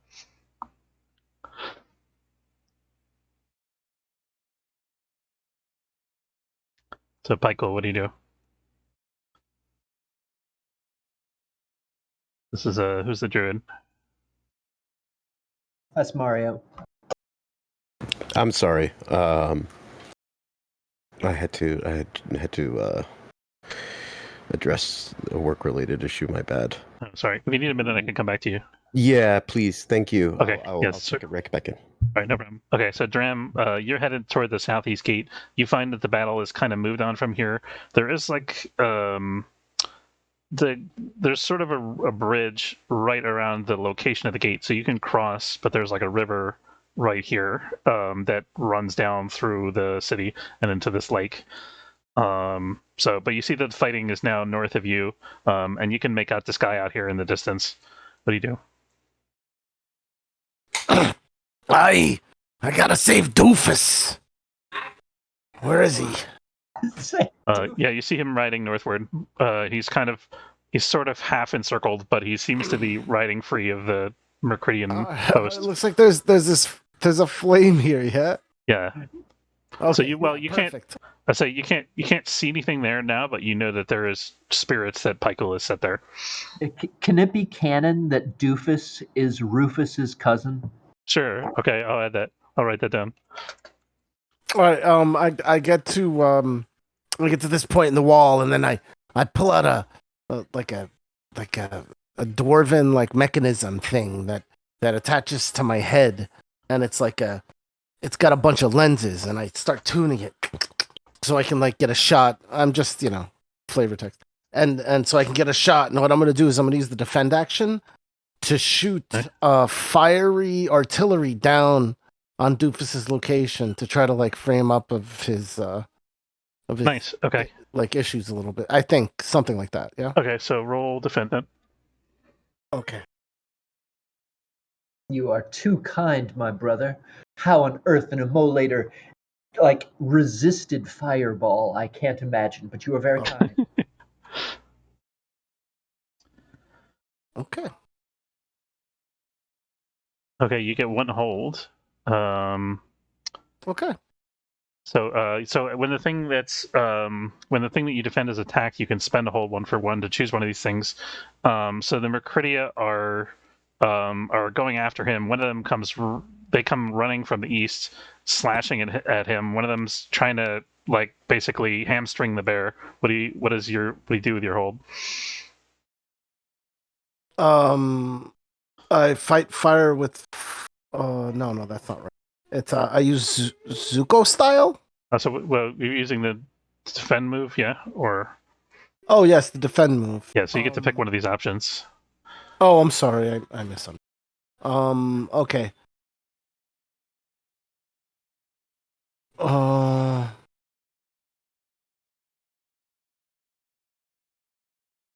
I've got a decent armor. Okay, I give him a +1 forward. Okay, great. Okay, we'll come. So Rufus, you're getting fire support from Dram. You see, however, that the pack mage has sort of recovered from the stun after a few moments of this fighting, and he is starting to cast a different spell. Okay, we're going back though to Gustav and Jack. Let's see, Jack, you're running along the wall still. Is that right? No, I'm. Oh no, you're charging into the middle of them. That's right. Okay, so go ahead and. I'm taking care of the dude that. Yeah, so you're going straight for the alpha. I'm gonna say that's a hack and slash roll, unless you disagree. The alpha has you quite outnumbered, and the Myrkridia aren't really believers in fighting fair. Awesome. So he's going to get a bonus to his damage. I'm a firm believer in that as well. Okay. Because I like being outnumbered. Because I do 2 damage extra. I'm a survivor. I'm a winner. All right, so I'm going to do a hack and slash. All right, here we go. Bam. Come on. Yeah. Nice. All right, so the shock and awe tactics impress them to such a degree that they actually shrink back away from you, because you're clearly not afraid of them. Deal your damage. D4. Do you want to do the extra 1d6 to expose yourself? No. Okay, didn't think so. I'm stupid, but I'm not. Well, I'm Jack. You know. Dude, I have a bard watching me.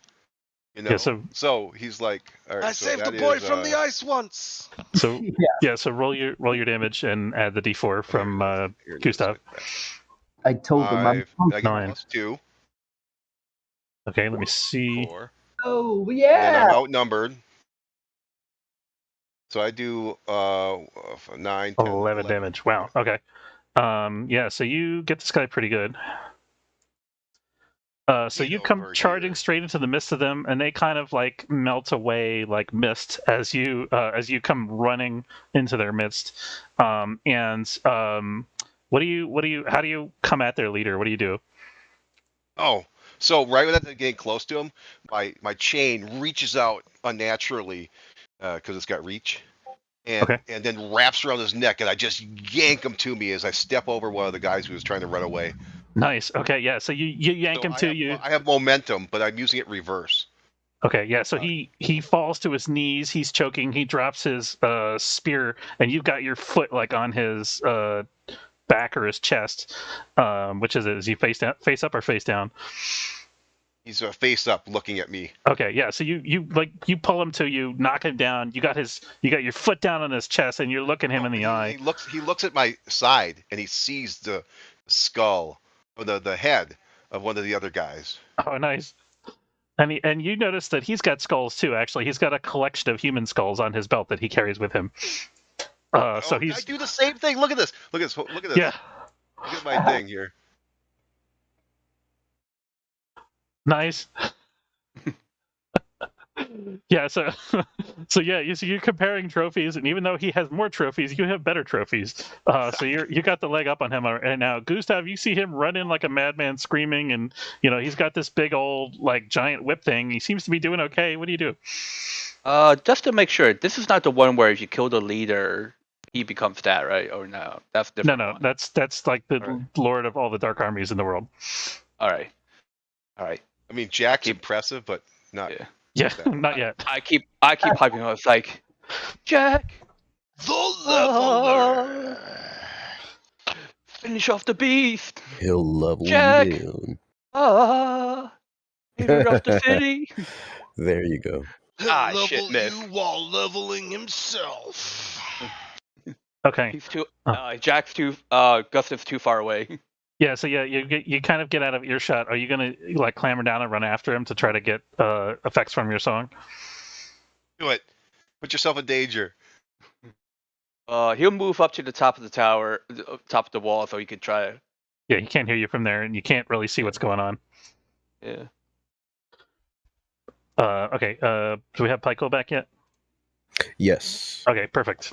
So you see the battle moving northward of you, and you see Dram giving fire support to Rufus, and you also see that they are coming close to the range of your flame spirit, and the flame spirit is starting to get involved, and it sort of inhabits Dram Stoker's flames and stokes them to greater heights, and it starts to consume the Myrkridia.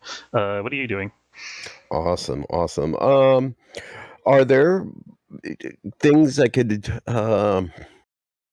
I'd like to complete my transformation because I want to start throwing shit. Okay, go ahead and roll your shapeshifting. Okay. That's probably quite literal. I have a feeling. Throwing shit, indeed. Yeah. All right.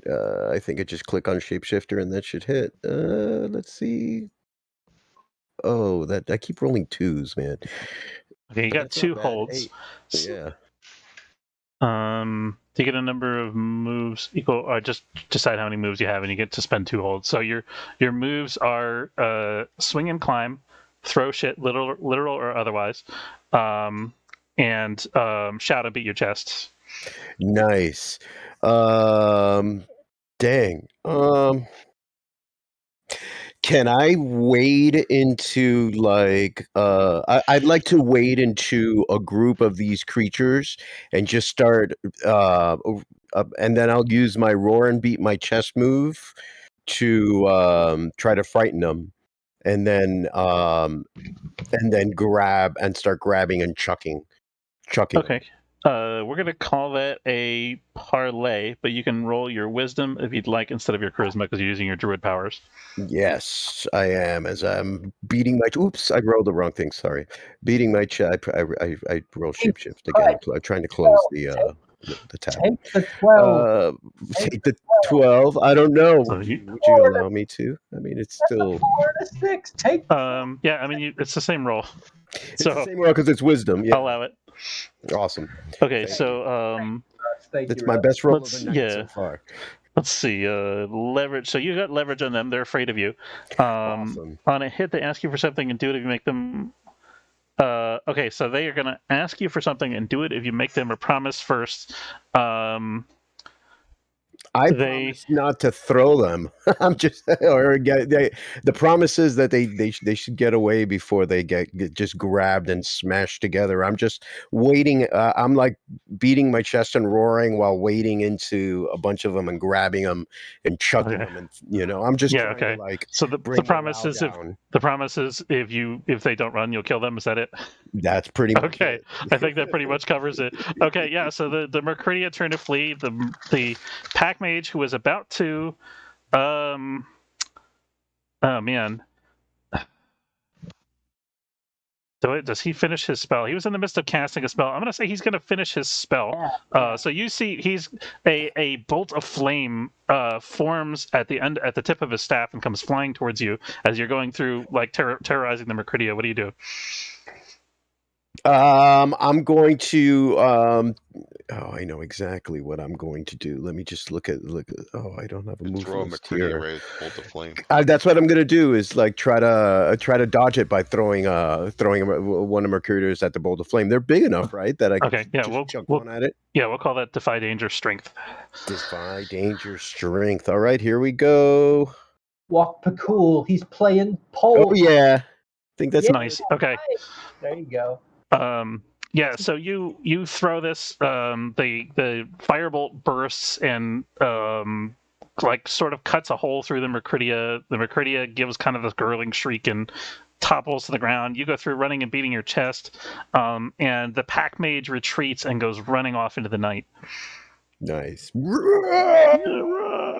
Okay, Rufus. So you've got fire support. You've got a bear. You've got Myrkridia and a fire spirit who seems intent on eating the Myrkridia. What are you doing? Absolutely, I'm backing up my druid friend. He started to frighten the troops, and I'm gonna back it up. Me and my beloved bear, Skeeter, Rufus and Skeeter are gonna take a charge. And Rufus is going to take some shots. He's looking to try to take out that leader again because he might not know that the guy to the north is the real leader yet. So if you're going after this guy again, I'm going to have you roll Defy Dex Danger to get back in range before you can take your shot. Is there any easier targets in regular range? Yeah, I mean you get surrounded by Myrkridia. You're not surrounded, but you got Myrkridia on your eastern flank. You can shoot at them. Okay. Well, crew, what do you think? Should I press on? I mean, I'm not even wounded yet. I could go crazy, but the real leader is to the north. Our druid figured that out, or was it the bard? It wasn't me. Yeah, because I'm not. What does the bear think? My bad. The bear's like, I'm gonna eat that one. Right. So I don't. Well, anyway, my point is, I'm looking for some advice here. What do you guys think? I could get back to I could use this to get back to the wall. I could start heading towards this other enemy if somebody tipped me off. I could go directly after this lieutenant guy, this guy who's clearly. Well, could the wind spirits? I mean, the same spirits that were kind of triggering me to be aware of where things were coming in might give you guide you to the north and say like, hey buddy, you're needed up here. For sure. I'm gonna say that's not within the parameters that you set previously because you wanted them to warn when they were approaching and they're not inside the city walls. Well, then are they close enough to the caster? They could go over there and try to distract him from precise casting because he's closer. The wind spirit. Yeah, he could. Pykel could direct him to do that, but currently he's a gorilla fighting a bunch of dudes. Right.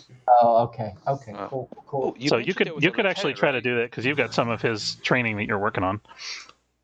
Do you want to try to do that? I'm down to back you up on whatever you want to do, man. This is I'll charge, baby. If you. So this is ultimately your call because you're the one in this spot right now. Yeah, I'm doing my thing already. Yeah, so you see Pykel fighting to the south of you. You know that you can speak to the spirits and they can speak to you, so you can ask them to do something if you want to, or you can just fight or run. What are you gonna do? I'm sorry.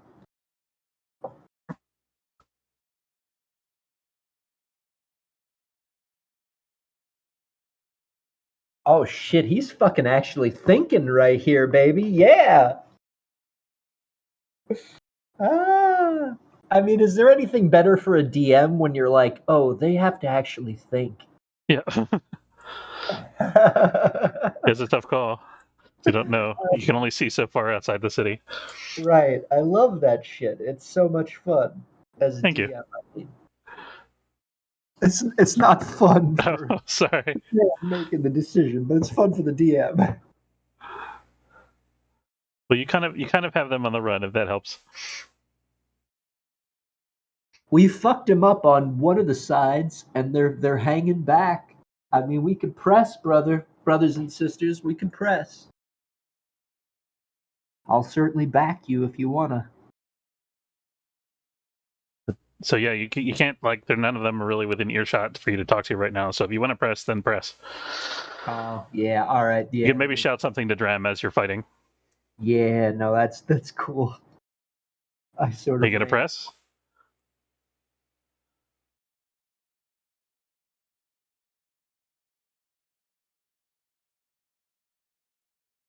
We can come back if you want.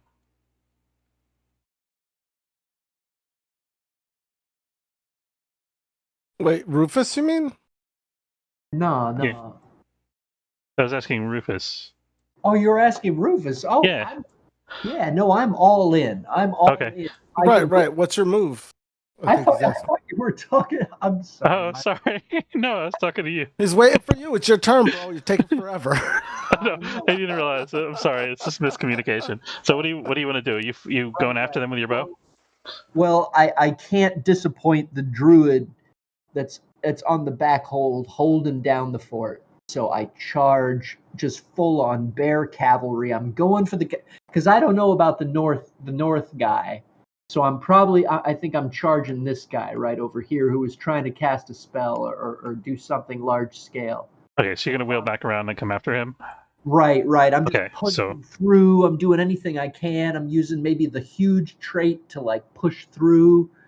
We'll allow that. So you get back in range of him. Go ahead and roll your volley. Excellent. Here it comes. Oh, all right. Well, you add. I have to roll damage, and I'm going to add 3 because my bear is presumably helping. Yep. But I'm gonna incur a consequence, brothers and sisters. Ooh, that's not bad. Oh, nice. That's 10 damage. That's pretty decent. Oh, okay, yeah. So you go charging in. You get the pack mage with another 2 arrows as he is trying to flee. First one hits him in the leg. The second one hits him in the back, and he goes down. His staff kind of tumbles off into the field there, but you can see where it is because it's got that little flame on top of it. And you ride him down, and the bear starts mauling him. And the Myrkridia, seeing this, flee shrieking in terror and go running wildly off into the night. And Dram, you see as these guys initially, they start chasing after Rufus again, but this guy gets tied up with the fire and he gets murdered. And then I'd say guy, but it's really like a squad of guys. But they're getting tied up with the fire spirit. It's murdering them left and right. These Gower clansmen are finally rushing out along the wall to aid in the defense of the city because they see that the fight's going well on this front, and you guys are pressing out beyond the wall. And there's this like victorious cry going up as they rush towards the Myrkridia and go running pell-mell into the forest after them. What do you do? You are hot, flame brother. I will join with you, and we will become a great flame. Yeah, I'm gonna join with the flame spirit. When I bend flame to my will, it does as I command, taking the shape and movement I desire for as long as it has fuel to which to burn. And it's a kind of a little bit of a loophole here, but like I rolled low anyway. I guess that really doesn't matter. Yeah, so you try to bend the flame. I just flame looked at the roll and I was like, oh wait. So so you try to bend the flame spirit to your will, and the flame spirit is angered that you would dare to try to control its wild elements, and it remembers the promise that you all have given it that the city will blaze, and so. Jack, you notice that the sky, as you've got this Myrkridian alpha down on the ground, you're holding him down. The other Myrkridia are kind of shrinking back from you. You notice that the sky overhead is beginning to glow, this kind of pinkish hue. What do you do? And you could smell this very overwhelming, strong smell of wood smoke. It felt kind of nice, actually. I think I can understand what that feels like. Yeah, just a little bit. Do you want to post some pictures, brother? Because there's a lot, right? Yeah. Dude, it's some scary shit. You know what? I'm gonna post hang on, I got one. But no, please move on. Yeah, go ahead. So Jack, what do you do? We have Jack. So sorry, I was on mute. I'm dragging the guy in chains back to the wall. Looks like there's a barbecue gonna happen. Oh my god. All right.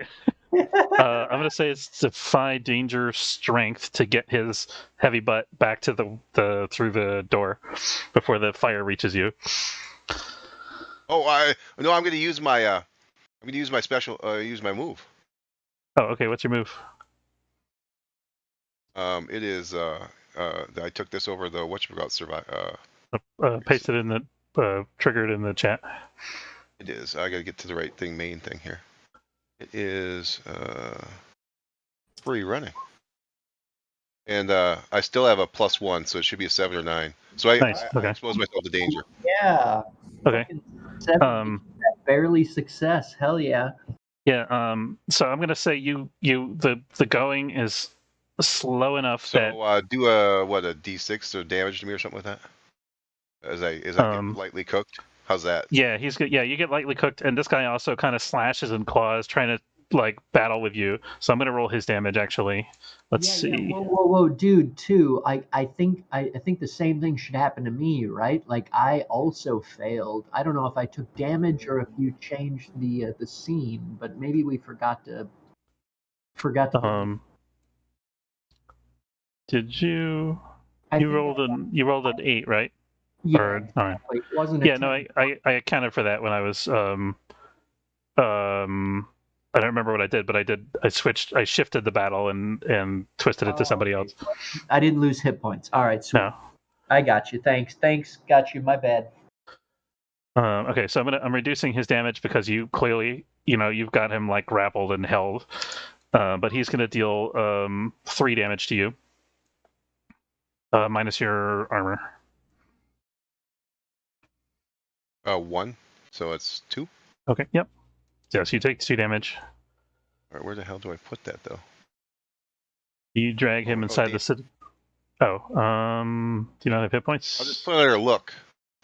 I have hit points, but it's like a set amount, right?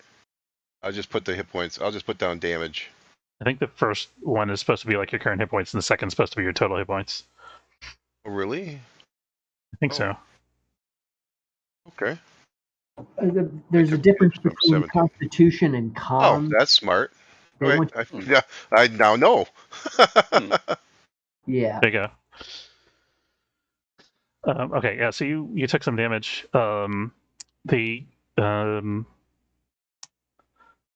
Yeah, so you drag this Myrkridia back inside the city walls. The spearmen are like astonished, and Gustav, you see him. So Jack goes running in, like screaming and shouting at the Myrkridia, and you lose sight of him for a minute. Was that the path won't be able to be used again? For sure. Yeah, so you went out over you clambered out over the wall before. Now this guy's too heavy. You got to come in through the front gate. So the spearmen up on the wall looking at you in consternation as you're like dragging this dude back to the wall with all these other Myrkridia out in the forest behind you, and you're like sitting there like, open up. Do you want to try to? Gustav, you see this going on. You see him like he disappears in the forest, and there's like shouting for a minute. You can see this forest fire developing from the west, racing eastward. And as the flames are approaching, Jack emerges from the fire with like all lit up with the smoke and the flames behind him, dragging this like Myrkridian pack alpha guy, with a chain around his neck as he struggles, obviously still alive. And the spearmen don't look like they want to open the gate right now. What do you do? Hell yeah! Punk ballad starts playing on the sound. Yeah. All right. I'm going to like. Did you see what Jack just did? Charge right into the darkness of the horde, and from the darkness he snatched victory in the form of their captured leader. Open the gates, and hurrah, the great hero of the city. So I'm gonna call this New Jack City, bitch. Nice. All right, I'm gonna call this a parlay. So roll plus charisma, or click your parlay button. All right. Well, The arcane dart went off, so I'll heal him. Can I the assist D8. him? Can I beg you for an assist? I was trying to get in I on mean, you're. Uh, I appreciate the sentiment, but you're not really in a position to do that from where you're at. all right. So I heal Jack for 8. Sorry. Okay. Sorry. Shit. Does the Okay, And the because you're singing, melee, right? Okay. So And the guards, they're like, they're probably looking to say, what? What? so the guards are looking at each other and they're like, "Do we throw our spears?" The spear throwers. They like, we can't. So they, one of them, they said, "We're not going to open the gate. We can't open the gate." And one of them to talk to each other for a second. One of them says, Get a rope, get a rope." And then one of them goes like running off trying to find a rope so he can like haul you up over the wall. So Jack, you're stuck out there for a minute. Okay. No, I'll do the you said what was it? Something with strength roll. Yeah, so that was. I think you I'll rolled try that the already, old right? Charm. Why should I try the old charm? Okay, yeah. What does that do? Yeah. Well, that's the one where it lets them. I did that earlier. So it'll say it. There you go. Okay. So now whoever stops me from like, hey, you guys, I got the leader here in my thing. Why won't you open the door? Okay, and Gustav, what do you? They obviously are kind of afraid of the whole situation and afraid of him because of what he's done. What do you do to like assuage their fears?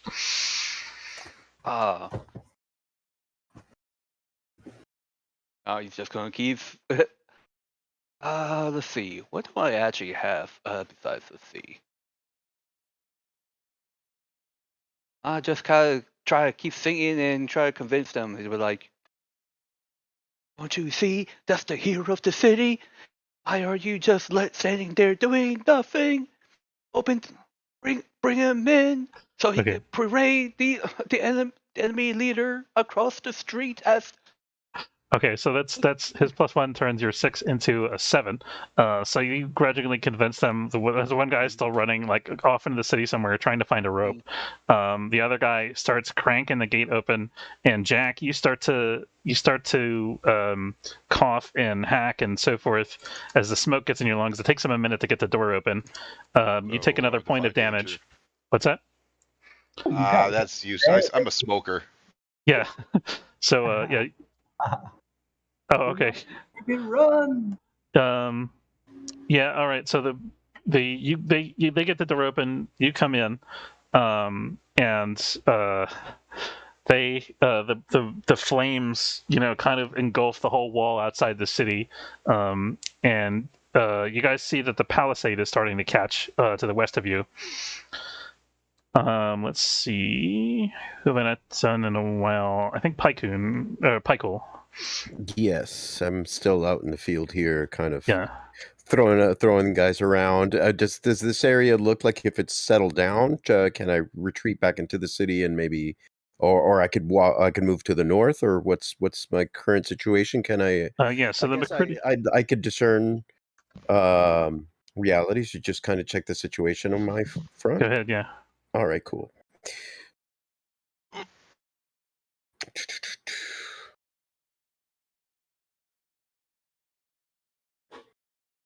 I think that's just a wisdom, right? Because I don't know if I have a discern realities button. Do I? Yeah, that's a wisdom check. You should have a discern realities button, but if not, it's wisdom. 9. Yeah, it's decent. It's the top of the normies. Come on, you get a consequence, brother. Yeah, it's all right. Kind of... succeed. That's what counts at this point. I get to answer 2 questions, I think, right? Or 1. Let's see. There was you get 1 question from this list. 1 question. Oh, you got the list up. Okay, cool.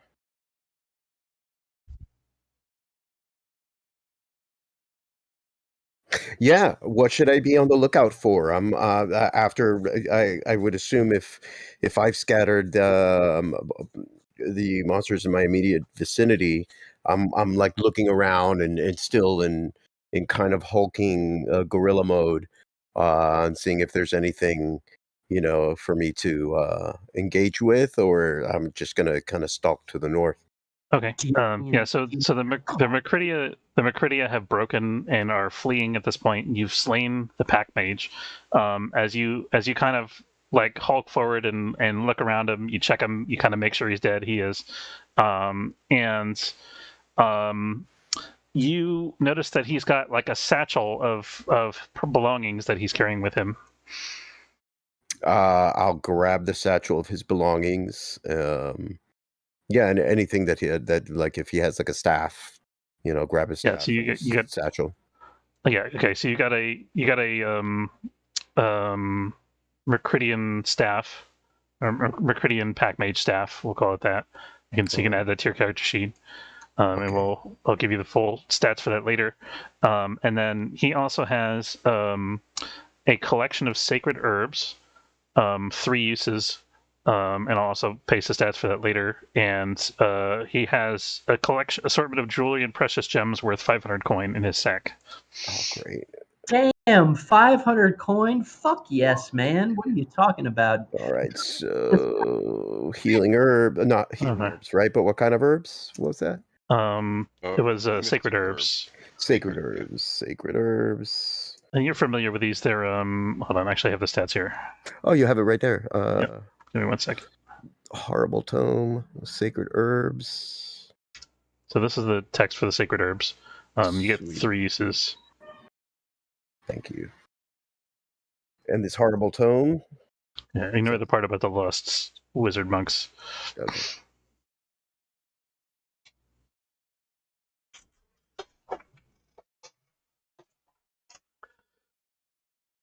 Oh man. Oh, sorry. He doesn't have the horrible tome. That's not this guy. That's a mistake.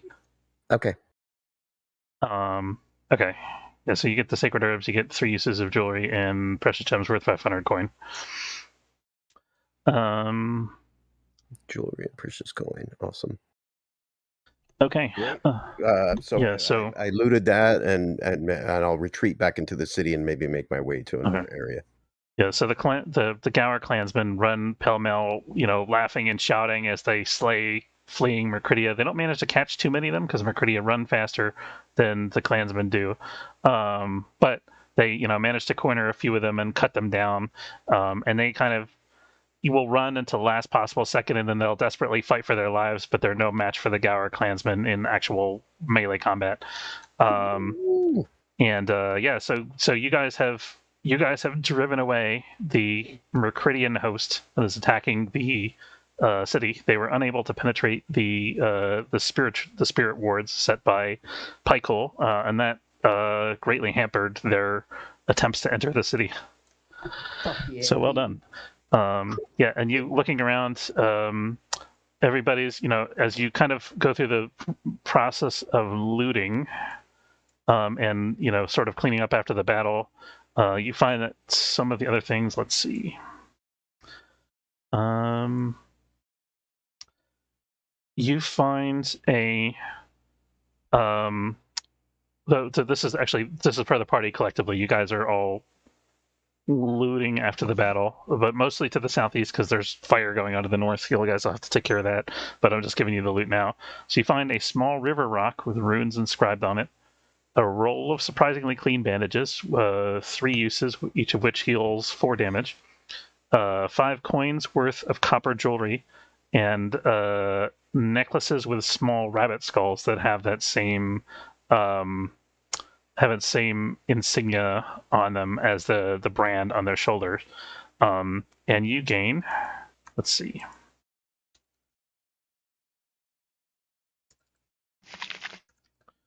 You gain 8 Myrkridia heads. The head, that the Caithbrug Empire offers a bounty for the heads of Myrkridia. They're worth 5 coin apiece. Cool.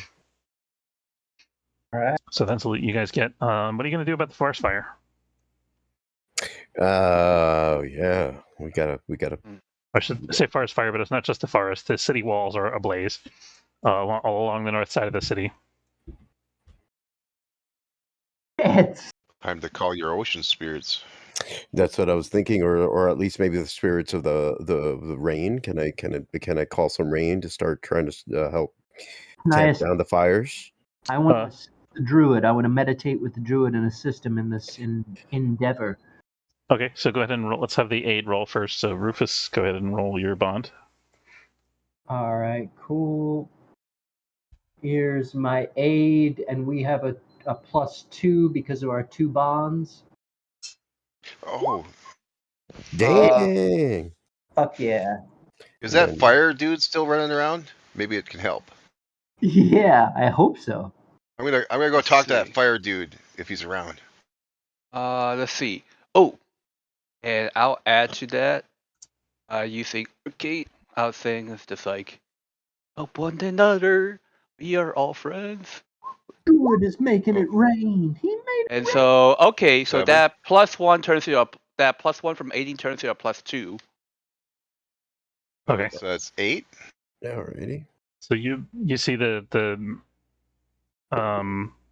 men and women of Gower are rushing to the north wall with, forming like a bucket chain from the river. They're doing their best to try to fight the fire. They've got axes and they're hacking at sections of the wall, trying to bring it down to prevent the fire from spreading into the city.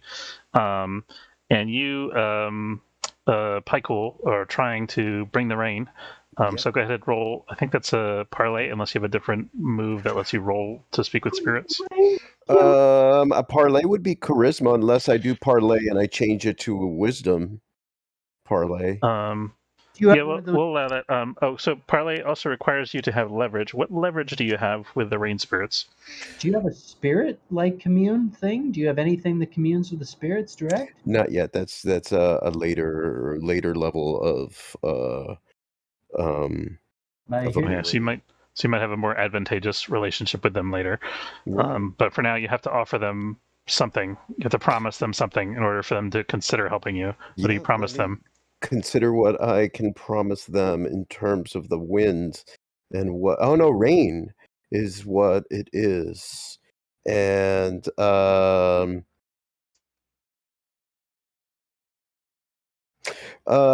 will not seek shelter from rainstorms, but always welcome their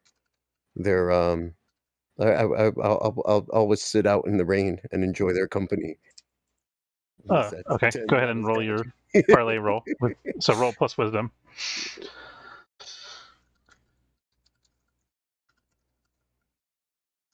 And I rolled it a 1 and a 2. Ooh. Ouch. Okay. They didn't like my my offering. They Hey, 6s are experience. What are you talking about? I'm going to say that they say you haven't fulfilled your promise to our brothers, the fire spirits, and that they will not intervene until the whole island of the city is ablaze.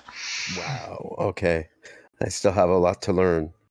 Well, then I'm just going to try to muscle it and start putting in like a shoveling dirt, where I can. I mean, Okay, so who's the strongest among you? 12. Okay, or sorry, actually, who's the hardiest among you? Most highest con? 13. I have a 12.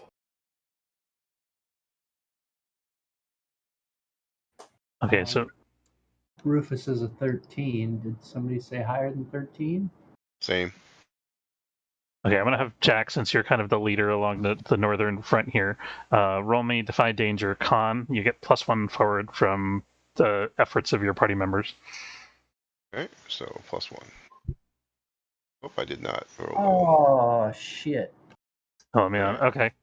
So, despite your best... Each time you fail horribly, it's a freaking experience point. Oh, I forgot to mention that. I should have mentioned at the start of the session. Writing that down. Okay, well, you guys can go back through the Roll20 chat and figure out your experience points. Every time you roll a 6 or less, you were supposed to mark an experience point. I got like 3 of them. I forgot to mention that. I apologize. Shitty rolls. Okay, cool. Yeah, so guys, please make sure you do that if you can. If you need help with it, I can help with it. And then so just damage or something. No, so despite your best efforts, you're not able to save the city walls, and the manor and many of the northern city buildings are burned. So you lose the mill, you lose the stables, you lose a lot of the houses on the north side of the city. You manage to. There's this very natural fire break on the southern side of the city, and the stuff over here in the east, by the river is okay, and the market here is okay, but kind of the central, sort of like the mayor's district, and the surrounding businesses, many of them burn. Sorry, dudes.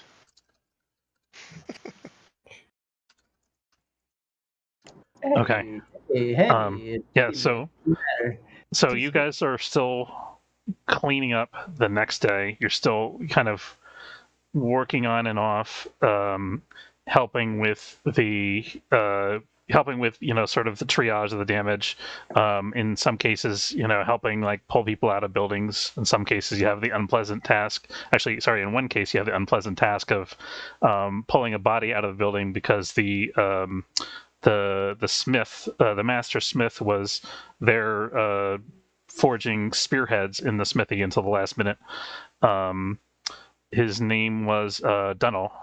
So the clan will give him all honors. This takes you well into the next day. I'm going to deal some damage to everybody to represent the effort, unless somebody wants to avoid the work. Is anybody avoiding the work? Stuff. He, instead of actually doing like the real work, he'll go around town, basically you like singing and try and bring people's spirits up. Okay, yeah. So you sing, you start bringing spirits up. Roll me a roll your arcane art.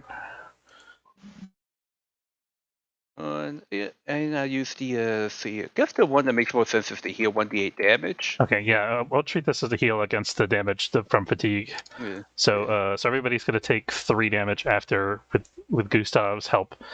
So you play through the night, and as morning comes and the fires are put out, and this pall of smoke hangs over the northern part of the city, the survivors, which is actually most people, with the exception of a few folks on the northern end of the city, pretty much everyone survives, which is miraculous, frankly. You guys are gathering on the south side of the city. There's a tavern down here called the Old Bell that you guys gather at. And Gustav, as everybody's partying and you're singing and you guys are kind of like blowing off the steam from all the stress of fighting during the night and resting off the exhaustion. Or sorry, it's not Gustav. It's Jack. We have a plot point we haven't hit. Yeah, so as I say, Jack, as you guys are blowing off steam at the tavern, Yulia waylays you and lets you know that she really appreciates your bravery on the northern front. Oh, that's awesome. Yeah, so that was what was that the plot point you're thinking of, or something else? Nope, it was a different one, but I appreciate that plot point. Okay, what was the thing that you were thinking of? Counts for that counts for his drive, which is thirst for recognition. Oh, nice. Okay. And then the second part, though, is that I've got the dude. He's still alive. Oh, right. Okay. Let's question him. Yeah. So they have kind of like a gathering of the council of the town council and the village elders, which are 2 different bodies, and they both look on him. And he's obviously you actually have to. You guys pull him into the center of town, or actually, where are you interrogating him? I'll ask you that. You know what? Town Square. Make it public. Okay, so you could interrogate him over by the shrine, not directly on the shrine because that would be like sacrilege, but you can interrogate him like kind of on the hill next to the shrine. And fucked up motherfuckers. We're doing this in public. We're like torturing people in public. It's not. They're people. Person. Yeah. So you notice by the time you drag him up there that he's lost consciousness. What do you do? Water. Yeah. Hey, I look at it's Gustav, right? Mm-hmm. All right, Gustav. Wake him up. Yep. Let's see. The power. I'll use some Actually, I'll use some bardic lore to feel like. Okay, what does bardic lore do for you? Wake him up. Wait. I don't see a number.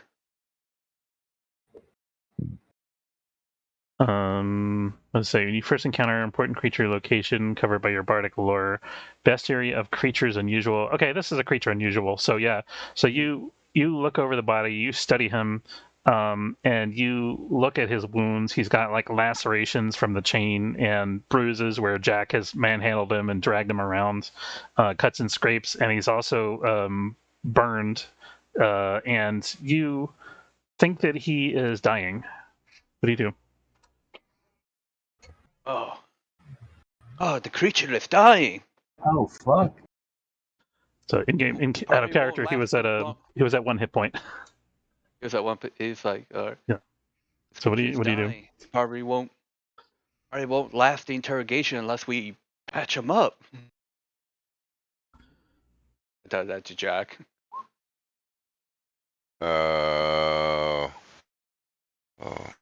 I mean, I could patch him up a bit, but not look too good. And you, well, I don't know what you did, but I felt better when you sang that song.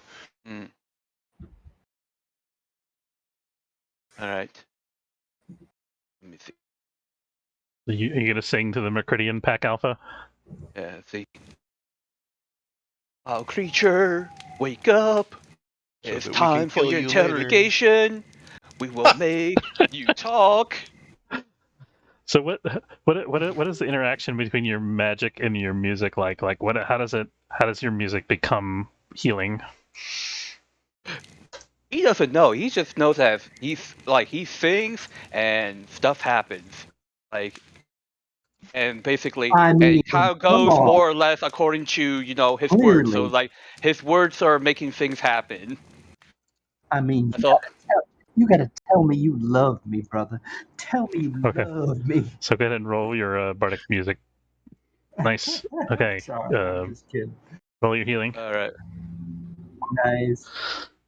Okay, yeah, so you restore him, and after only a few moments, it seems like he regains consciousness. And you guys have got him, the Gower clansmen are there with swords all around him and spears, and nobody's letting him go anywhere, and he doesn't seem in a hurry to move. What do you do?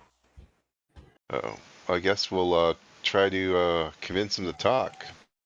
Okay. So what? That old charm, I guess. I'm gonna say this is discern reality's charisma, because you're trying to ask questions of him. Yeah, get our bard in on that. Oh man, sorry. So did that add your wisdom? So add your charisma bonus to that. 1, so that's 7. Okay, good. So you get 1 question from the list there. Oh, that's a success. All right, so it will be. Oh yeah, I don't have any wisdom, but I have charisma. I see. Yep. What? I guess what? We already know that he's in control here, right? He's the one that was here. He was, so yeah. I know some things from my previous question, right? Well, yes and no. You know that he was in control of this pack, but you also know that he served this other master. Oh, okay. So we're gonna find out what is it called? Who is in charge? Who is really in control here in regards to who is his master? Okay. So he describes that the Myrkridia doesn't speak the human tongue very well, but he keeps talking about under duress as you guys poke him and prod him. He keeps talking about a mask or a skull, and he says that there was a god who came to his people and then he gave them magic. And he says it's the skull mask, the man in the skull mask, the god in the skull mask. All right, so that'd be bard stuff.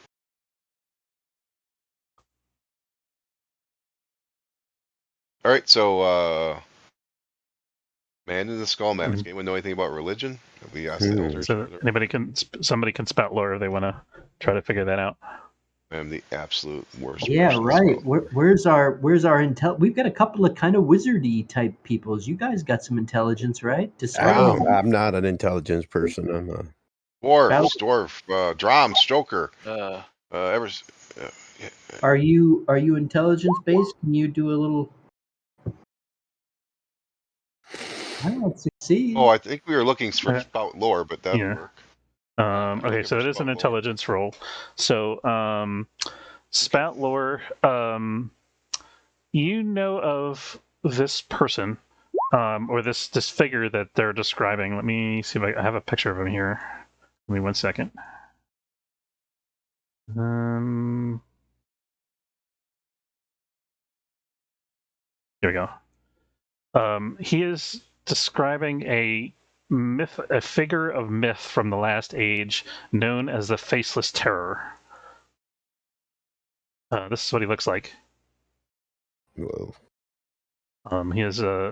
He is known as Moagim, the Faceless Terror, and you know that he was the Lord of the Dark in the last age, which doesn't make a lot of sense because the leveler doesn't inhabit the same host twice. But you think that this, if he must be involved, if the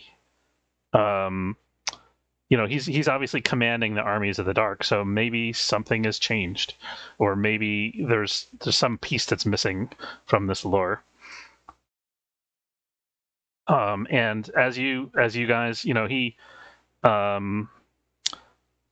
guys finish interrogating the Myrkridia and the morning, it's kind of a cloudy morning. You've got this haze of smoke overhead. It's gray and kind of overcast, and now that the fire has come and gone, it does actually begin to rain, and the spirits, despite their harshness with you earlier, Pycool, do want to sit and entertain with you if you choose to do that. No grudges. Okay, yeah. So they neither do they. They let everything flow away like water, of course. So they sit with you out in the rain, and as the rainstorm washes over and clears up, there's this sound like a clap of thunder that echoes in the sky, and everybody at the same time who happens to be outside, looks upward, and you see that there is this fiery shooting star that blazes across the sky. It's like this huge hurtling, tumbling fireball that lights up the whole of the sky for a matter of moments, heralding the end of the Wind Age and the beginning of a new age. That is where we'll call it for tonight. Let me do the end of the session housekeeping stuff. Give me 1 second. End of session. You faceless terror. Yeah.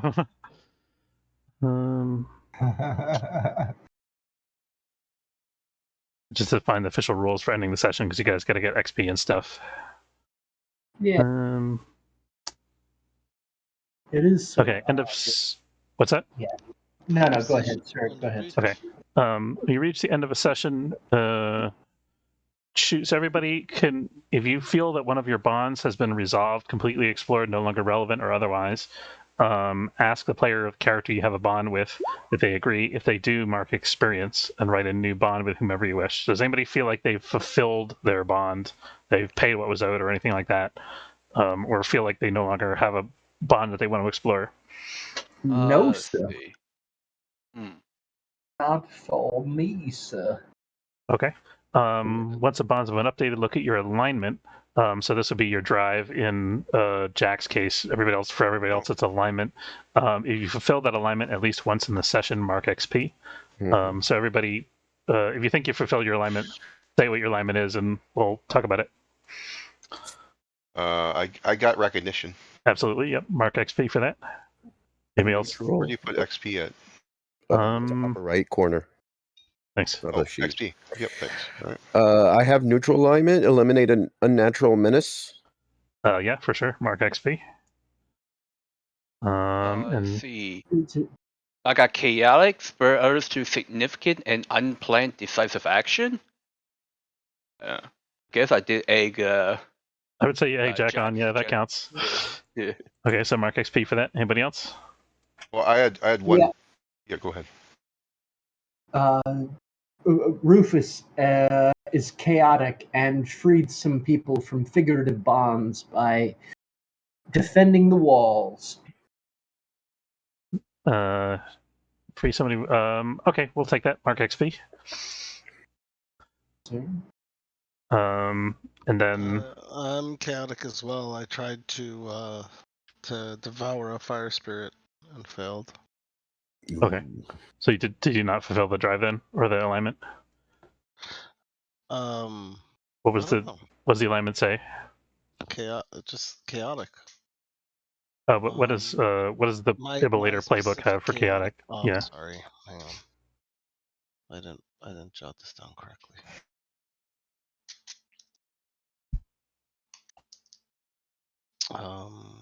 But you can.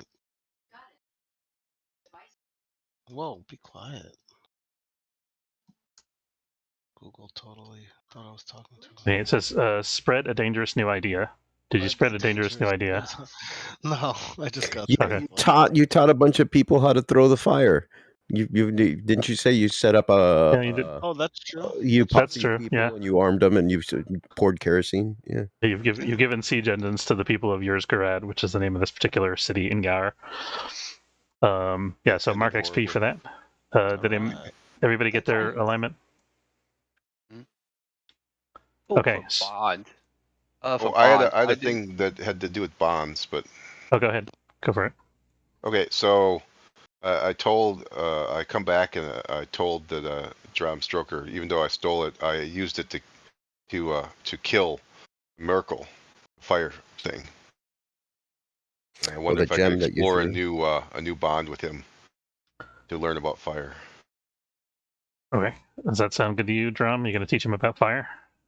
Yep.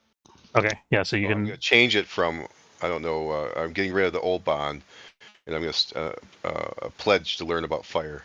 That's fine. Yep. So you can mark an experience point for resolving your bond. And then this is for everybody. Did we learn something new and important about the world? Yeah. Yeah, that dude thing, that ghosty thing. That leader guy. Yeah, like the extent of their how organized the forces are. I thought they were just hordes of creatures attacking. Not being led by where they had like generals, like there's some kind of like order of what was the word that was used? Hierarchy. Thank you. That there's like a certain hierarchy to their army. Okay, very good. So everybody mark an experience point for that. Did we overcome a notable monster or enemy? 2 of them I killed too. Wow. Okay, so everybody mark an experience point for that. And did we loot a memorable treasure? I did. Yeah, we did. We all did because we got the skull. Does the guy count? Yeah, that counts. All right, so everybody mark experience points for that. And that's it for the session, guys. So how many was of that? So that was 3 for the end of the session, plus 1 of you for your bond, and then 1 of you fulfill your alignment. So 5 total, up to 5 total. Up to 5, but I didn't fulfill a bond, so that's 4. Right. So before for everybody else, yeah. And I missed 3, so I'm at 7. Nice. Cool. Okay, so when you guys for the next session, I forgot that I'm at 8. I realized I got 3 6s, which of course burned down half the city. So anybody who's at is everybody at 7 or 8? Mm-hmm. Okay, for simplicity's sake, I'm going to say let's have everybody level up so you guys can be level 2 for next session if we decide to play this again. Awesome. All right, good game, guys. XP would go down to 1 again. All right. Awesome. Yes, correct. Are we on for next? Is this the one shot complete? Are we done? So that was the end of the one shot. You guys fought and defended the city of Gower. I have more stuff prepared if you guys want to continue playing this, or we can do something else. It's up to you guys. Okay, we're moving on to Dark Heresy. Or is that supposed to be? We do one. Do you want more? Because like I want to give you guys like a clear explanation, so you guys have more time to think about it. Is Okay, the cool. I did make a character and have a link. I have no idea what half the stuff means. I'm just starting to learn a little bit about it. For your Dark Heresy. Mm-hmm. So the three things that you could wish for, basically, it's kind of like the standard isekai thing, where like when the guy goes to the other world, he gains this advantage or power up that gives him a leg up over everybody else in the setting. So it can be anything. Like it could be something in setting with 40K or outside of the 40K setting, like Star Trek, Star Wars, or Avatar, or whatever. But all right, if it's too powerful, I reserve the right to veto it.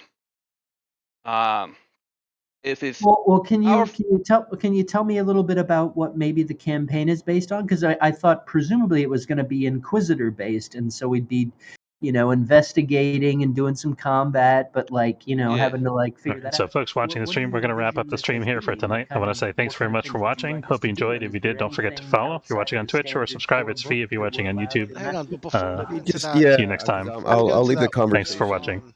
we're on for next.